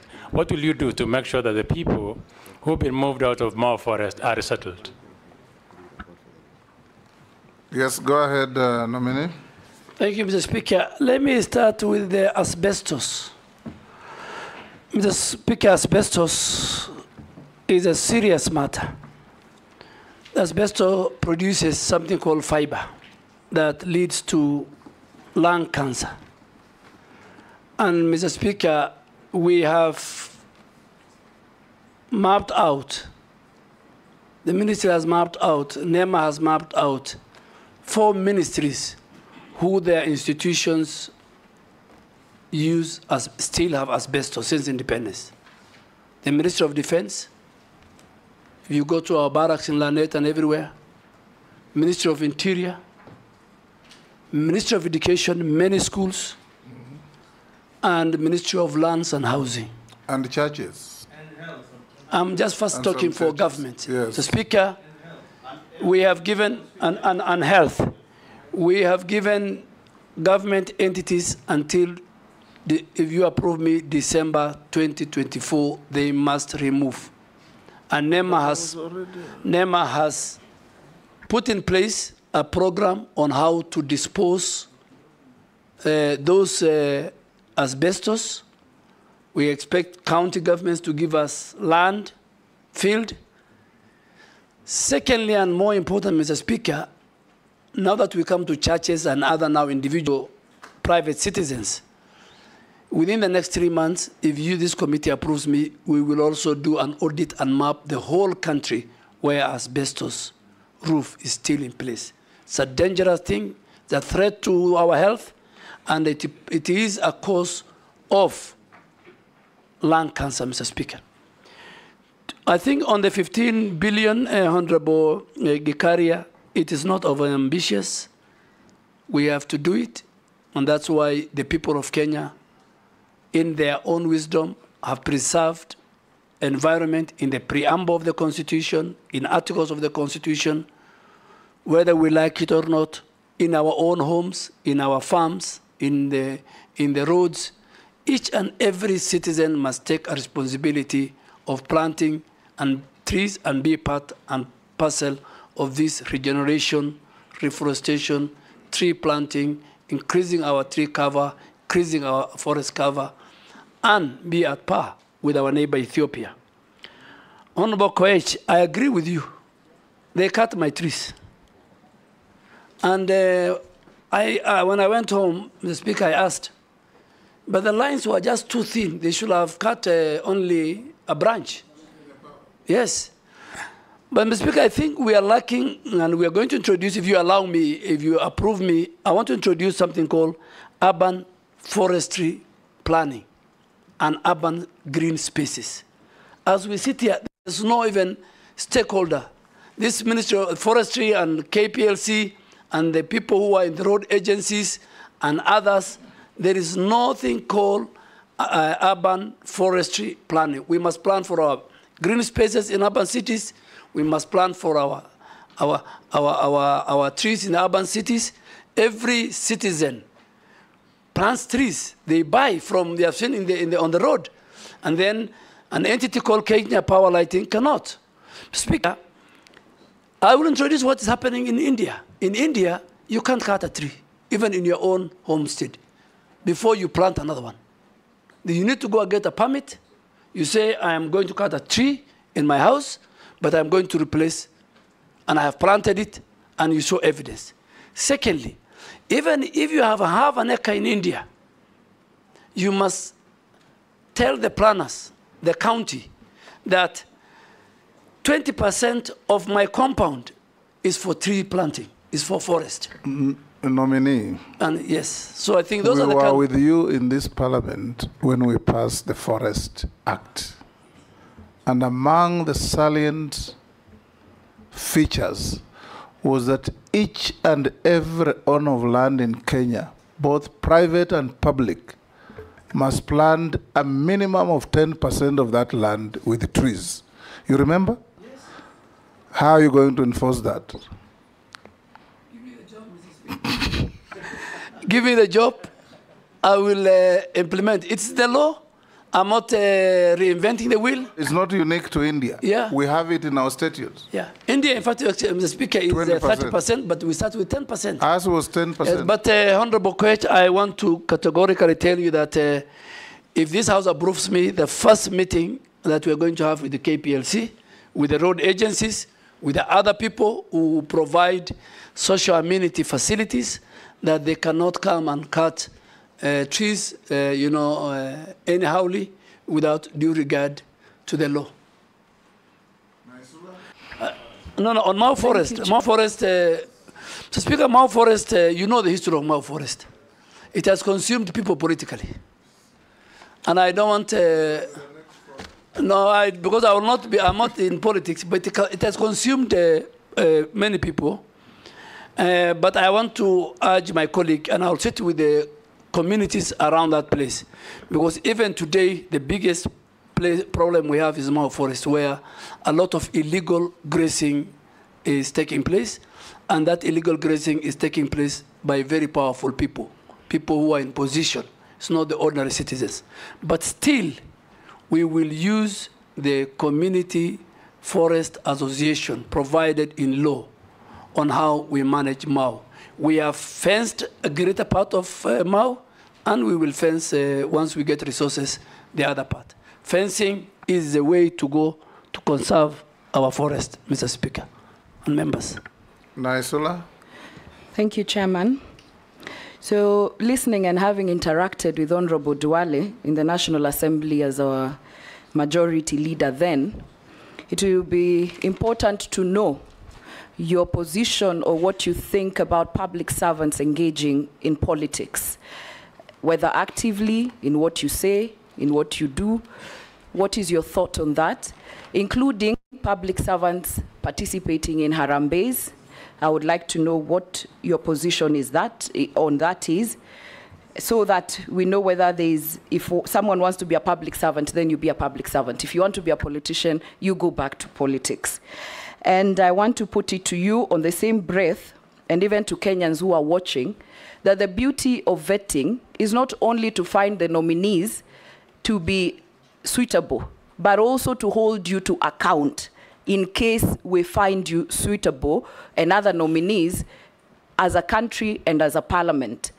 And on that, because you have said you have warned illegal forests, land encroachers, you will revoke titles on top state officials who are holding. It's actually now on 411. You can be sure Kenyans will hold you to account, because you know there's something that always follows you on that Al-Shabaab list to date.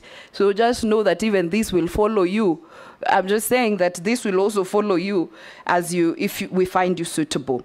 But on matters environment, very quickly, while sustainable logging may be healthy for forests, how will you ensure the ban on protected indigenous trees is enforced and that close monitoring is allowed during logging? Because the Kenya Forest Service only devised a plan for access, control, monitoring, and reporting actual harvesting. However, there is no established framework and procedure to monitor, verify, and audit millers' compliance with licenses and permits to avoid double allocation. How will you ensure that we don't log our indigenous trees? And finally, the staffing at KFS is not adequate. How will you ensure that you put mechanisms for using aerial, GPS, guided harvesting technologies to monitor forest resources and logging activities? Thank you. Nominee. Mr. Speaker, public servants, me included if I'm approved by this House, I'll take whatever it takes to promote, to expound, to communicate government agenda, government achievements to the people of Kenya, whether I'm in Samburu with Honorable Lesuda, So I serve the government of the day, and I'll speak for the government of the day. And I think that is what public servants should do. Public servants should not get involved in the local politics, in the county politics. They are supposed to be unifying factors, in fact, to the contrary. It's supposed to bring people together. For people to buy government agenda and for you to succeed in implementing government policies and achievements and programs, you need leaders across the political divide, and more so those who are elected and those who are the community leadership. The 411, the one on Al-Shabaab was fake news. But this one, please hold me accountable. I am one person who believes in accountability, Mr. Speaker. In the last 2 years, you and the clerk and the chairs of various committees will agree, I have been diligent when I'm called upon to Parliament, either to its committee, to the plenary, and the only time I refused to pick telephones, God forbid, was when during the recruitment. And that one I've given good reason. But I talk to members. And I am one person who respects the legislature, I respect the judiciary, and I respect people in public service. So I am ready. And please protect me when I cancel title deeds, when I do actions that is in the interests of the people of Kenya and the citizens and the country. Mr. Speaker, as our leader, please, if people want to bring impeachment to fight me, you must help me and protect me, if that is the case. The Harambee, Mr. Speaker, I'm a person who believes in Harambee. I think I have built more mosques and madrasas, and charity is a cardinal principle in my religion. Every year, in fact, this month is the month of Zakah in the Islamic calendar. This month I'm paying from what I have, and Honorable Junaid will agree with me. So Zakah can be Harambee. You'll see in my form that I have presented the number of madrasa of women in Garissa. Close to 5,000 women are in Islamic madrasa, courtesy of the charity I did through Harambee. I am sure there is a bill the leader of majority is going to bring. Those of us who believe in the Almighty God, that whatever He gives you, you must share. I really want to urge you, when that bill comes, let's regulate it. There are people who abuse it. Recipients abuse it. Others abuse it. They use the money stolen, corruption, for Harambee, for other things. But let us, particularly, let us regulate that you can help the poor person who could not pay school fees in Samburu, in Garissa, in Eldoret, that you can finance through your own resources that God has given you, the good medical care clinic that Honorable Deputy Speaker did to many people. So I don't think whether we can close Harambee, but it's good we regulate it. And I think most of us who sit here every weekend and in our life as leaders, we have, God has blessed us because of that. I think logging. I think logging plantation, I said 150,000 hectares are made of plantation in our forest. There used to be the culture, Mr. Speaker, when you were minister, you remember, it used to be, what do you call it, allocation. Tied with corruption. Who is who? The really sawmillers were not getting it. The really people in the timber industry were not getting it. Mr. Speaker, that has stopped. Now, we have a segment for the local sawmillers within that forest, I think up to about 40%. Then we have another 60%. Then we have 40% for the other national sawmillers. But all this must be done through a proper, transparent procurement system, which is on our website, the website of Kenya Forest Service, and each and every Kenyan will be given, Mr. Speaker. Corruption will not be there when it comes to logging. And then last, I think, is technology. Honorable Suda, if you want us, of course, we want to increase our staff. We want to even use technology. We want to use drone to plant trees. We go to a forest, we see the degraded area, we use a drone that can do 2 million seeds in 1 hour.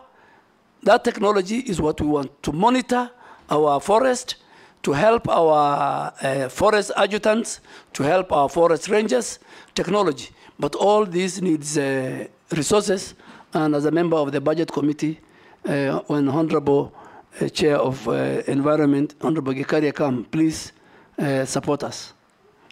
Honorable Duale, if you are approved to be suitable to take this position, I want to urge you, take a helicopter and fly around all public forests and see the level of destruction going on. You will see what looks like a forest by the roadside. A kilometer inside, there's no forest. Charcoal poachers, illegal grazers, illegal loggers. It is bad business. We encourage you, in the event you find favor with this committee and be appointed the Minister for Environment.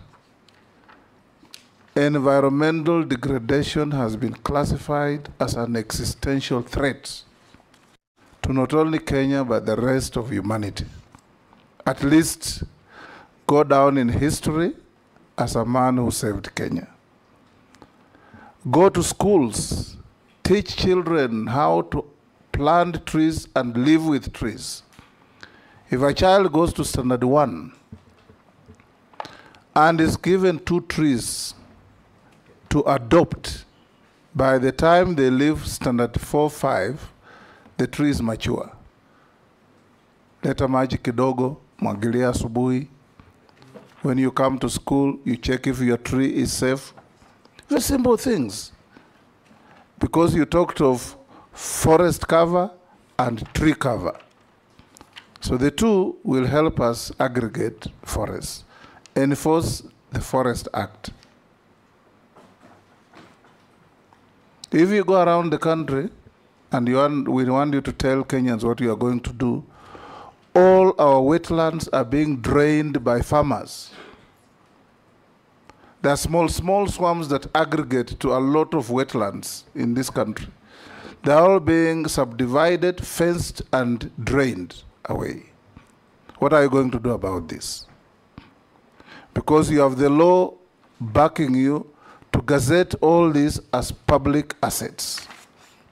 And if the owners compensate them, but protect them so that we can have a better environment. In the case you find favor of this committee, what are you going to do to protect the environment and the forests of Kenya? Mr. Speaker, as you said, we have 11,000 wetlands. And the legal regime and the necessary laws are in place. I want to commit to you that we will protect, if this committee approves me, we will protect our wetlands. Secondly, even the 150 billion trees that we are to plant, the best place to plant is in our wetlands. Because in the wetlands, we don't need water. In the wetlands, we don't wait for the rains to plant. So even the 150 billion, we will start with our 11,000 wetlands found in all our 47 counties. But I agree with you, the forest that we see inside is a hollow. There is illegal grazing.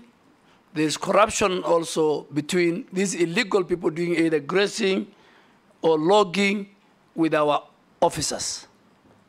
We will take whatever it takes that there is accountability even within the over 6,000 forest rangers who have been mandated, who are paid by the taxpayers to protect our forests and our wetlands. citizen who has sent me a message to ask you that on Mount Kenya, Mount Elgon, Mount Longonot, there are climbers who do that activity regularly, carrying food, drinks, and all manner of things. He's asking whether, if you are approved to be the minister, you will provide facilities on those climbing parts of toilets and bins for depositing litter. Because they say those climbers have got no toilet facilities, and you know what that means. And is that water that percolates down for human use? There's nowhere to throw litter, so there's litter everywhere. And this, I think, this Kenyan must be an environmentalist. Yes. Yes, Mr. Speaker, even their facilities. Owen Bayer wants to add to that. I have received something here that probably interests you. I'll ask Honorable Duale in regard to camels from northeastern region contributing to land degradation by wandering all over Taita Taveta throughout the year, contributing to hunger and poverty. Quick one, Speaker, the last one. If you, I'm told if you can ask Honorable Duale regarding any plans to stop pharmaceutical companies and other companies who are dumping waste in the sea in Mombasa. Recently, needles were found during the cyclone that was going on there. Robert? Yeah, thank you. There is also a gentleman from Kitui County called Mr. Paul Mutua who says that there is concerns of insecurity in Mwingi and Kitui along the Kitui-Tana River border of an invasion of armed nomadic herders with camels in the area. Can Honorable Duale deny or acknowledge he has more than 100 camels in that area and that is also causing insecurity? Yes. Mr. Speaker, maybe if you allow me, can I ask a hypothetical question? No, just answer them one by one. No, Start with just the climbers. before that. Okay. If you allow me, I want to ask a hypothetical question. In the Parliamentary Appointment Act, the public have a timeline of 7 days to submit all their concerns.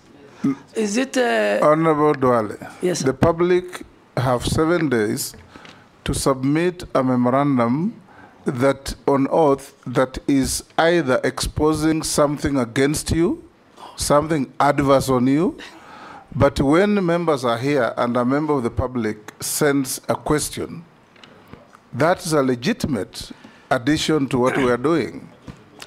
Mr. Speaker, I cannot talk for because camel herders. Yes. Camel herders in Kitui County. I am a camel owner, and you'll see it in my list of assets. Yes. And my camels are in between Isiolo and Garissa County. But there's a historical notion by the leadership of Kitui, Machakos, that the problem of insecurity and camels in Kitui is not something that started today. It is their cherry pick. It's every time they speak, they do that. So I can only speak for my camels. Of course. They're in Garissa. Talk about your camels. And next time, Mr. Speaker, when you have time, they're doing very well, so I'll take you there. You have a history with Balambala. Yes. So you go see your client. Correct. And see my camels. Secondly, the same with Taveta. I have no camels in Taveta, so, and I don't know which camels are in Taveta. That raises the matter. That raises the matter. On pharmaceutical... Let him answer. Let him finish with... On the pharmaceutical, yes, I agree. NEMA has a very strong enforcement... Hold on, Duale. What's your point of order? Mr. Speaker, why is it that all camels that are traversing the country, people think belong to Honorable Duale? And there are many camel owners like us. Simply because he carries the tag as a senior leader from the region. So people associate everything from the region with the leader. And the Speaker, I am ready now and in the future to carry the tag of the community. That's why, as you said, I am their leader. And I have no apologies to answer what Naisula asked you. Naisula asked me about, and I agree. I think we need to protect the environment, more so the sea. There was even one time some people wanted to dispose of condemned sugar into the sea, and we refused. NEMA has a very strong enforcement policy. The other stakeholders who protect our marine at the coast are also on top of everything, and we will make sure. But Honorable Aizuna, maybe if you have the details, you'll help us. That particular company, we will deny the licenses straight away. Yeah. The climbers? Mr. Speaker, the camels are many. The climbers, Mr. Speaker, even at the bottom of most of these mountains, particularly Abadeas, and there are facilities. Only that they have been left to waste. So we need first to have the facilities, the lodges. It can be a very good tourism attraction. And then on top, as they climb. Yeah. Honorable Duale, I think I've climbed Kilimanjaro, so I know what happens. Yes. At every stop where people eat, there should be a bio toilet that can be, the waste can be disposed. Yes. There should be the containers for people to throw the paper, if they're carrying any bottles and so on, but also bandas so that they can sleep at intervals. Because I know that if that doesn't happen, then what happens is the waste ends up being left, and you get volunteers who actually go and pick it up. So it's actually a way of protecting the climbing route. But Mount Kenya is better. Kilimanjaro is a crisis. I'll find out. And in fact, there are 10 of my good friends who have left today for Kilimanjaro for 10 days. But I think it's a very good idea. We will make sure that we implement it. It will help us in increasing the numbers of the people who will climb. And also the climbers to be hired in the Kenya Forest Service and the wildlife. For guidance. Yeah. Mr. Speaker, there's a clarification I would require from the nominee. Because when I asked the question, I said I've read the question from someone called Paul Mutua from Kitui. In his response, he has said that, and this is on record, he said leaders from Machakos and Kitui. Now, this is not a leader, this is just a person who sent me the message. I can even share with him. So I would like a clarification. When he says leaders from Machakos and Kitui are basically picking on him, it's important because I'm a leader from Machakos and I'm just reading a question. Point of order. Because I've held the Quran. Point of order, Honorable Speaker. That will be an interjection between now leaders of Garissa and leaders of Kitui. We have nothing to do with this, Honorable Speaker. No, I think if you allow me, he has asked a very good question. He has asked a very good question, but I want to give evidence. Speak on a number of times. And one of the time was when my good friend, the Wiper leader, lost his mother. I think, or his father, one of his parents. And I went with the President Uhuru Kenyatta. And starting with the leader of Wiper, all the way to all the leaders from that region, one after the other, and I can provide the clip. They have mentioned me that I am the cause of the conflict. And in my presence, and in fact, in the morning when I was leaving, I told President Uhuru Kenyatta, that will happen. And he says, let's go. And they were telling him, but he never replied. I have other times when leaders from that region had a dispute. Garissa doesn't have a border with Mwingi or Kitui. We have a river border, but the really border is between Tana River and Kitui. So it is something which is in the public domain. It is the leaders, the senator for Kitui, the leadership. Let's not go that route. But that's it. Let's not go that route. I'll find another avenue to deal with that matter, not at the vetting. All public people have at one time or another been others' punching bags. And we live with it. So it should not, it's part of the occupational hazard. Honorable Duale will end with you by asking you, yes, by asking Speaker, you. I take. That's out of order, Mr. Speaker. Honorable and even mentioning my party leader by the nominee is also unfair. Because that was never the issue. I just showed a message from a person, and I said I'm willing to show the message to the candidate. Honorable Kalonzo is not an issue here. Yes. So Mr. Speaker, I withdrew. I have a lot of respect for Honorable Kalonzo. Thank you. I have a lot of respect for Honorable Mbui. He was my schoolmate. I have nothing personal. I am sorry, I withdraw. Thank you. Honorable Duale, now answer the following short questions. Have you been adversely mentioned in any integrity-related reports or investigations? Never in my life, Mr. Speaker. Do you hold any leadership position in any political party? No, but I'm a member of a political party. No leadership. Member, I'm allowed, Yes. Mr. Speaker. I read the law. State your net worth. My net worth, Mr. Speaker, is, as of today, 980 million. 980 million? Yes. Comprising?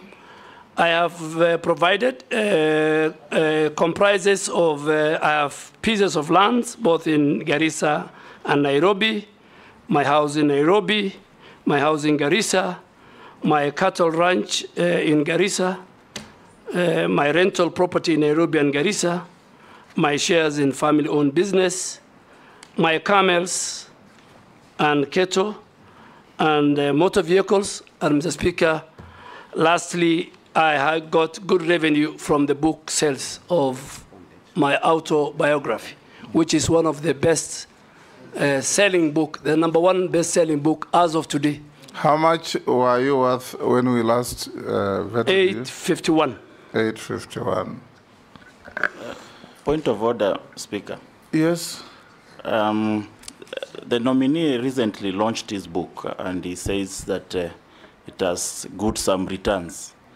I mean, there are thousands of books that have been launched in this country. I want to know how yours performed so well. You can ask him on the side. I think you need to read. If you read my book, you'll see it's the best. That is not a fair question. Leave it there. Mr. Speaker, and it is from a research done by bookshop sellers, textbook center. I bought 20 copies and yes, thank you, distributed Mr. to Speaker. my schools. And I have now done my 4th publication. Honorable Duale, we had received 71 memorandum on you, some supporting, some opposing, and we are satisfied that you answered all of them when we forwarded them to you. We've also checked your documents against what we have. They are correct. Yes? Chair, maybe just as the nominee concludes, because this matter of wealth declaration has become a matter of public interest now, especially to our brothers and sisters in the room. The movement from your last declared net worth to your declared net worth now, can you explain the growth? The growth. How much is it? Almost 130 or so. Boy Chungwa is an accountant, and there is both for land investment and real estate property. Usually the appreciation increases between 12 to 15%. So if you calculate 851 by 12% or 15%, that growth that amount will come to it. Yeah. It's about 140 million. Thank you. And Mr. Speaker, also, we have got very good rains, so my livestock grew in number. Yes. Yeah. Okay, Honorable Duale, we are done with you. Unless you are otherwise lawfully held, you are released to go to your other daily routine work. Thank you, Mr. Speaker. I really appreciate the time you have given me and your members. I wish you all the best. Take back your documents. See. Bring in the next. Do you want a break? Bring in the next.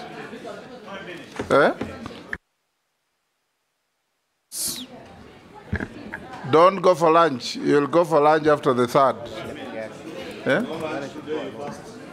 Only 5 minutes. Robert.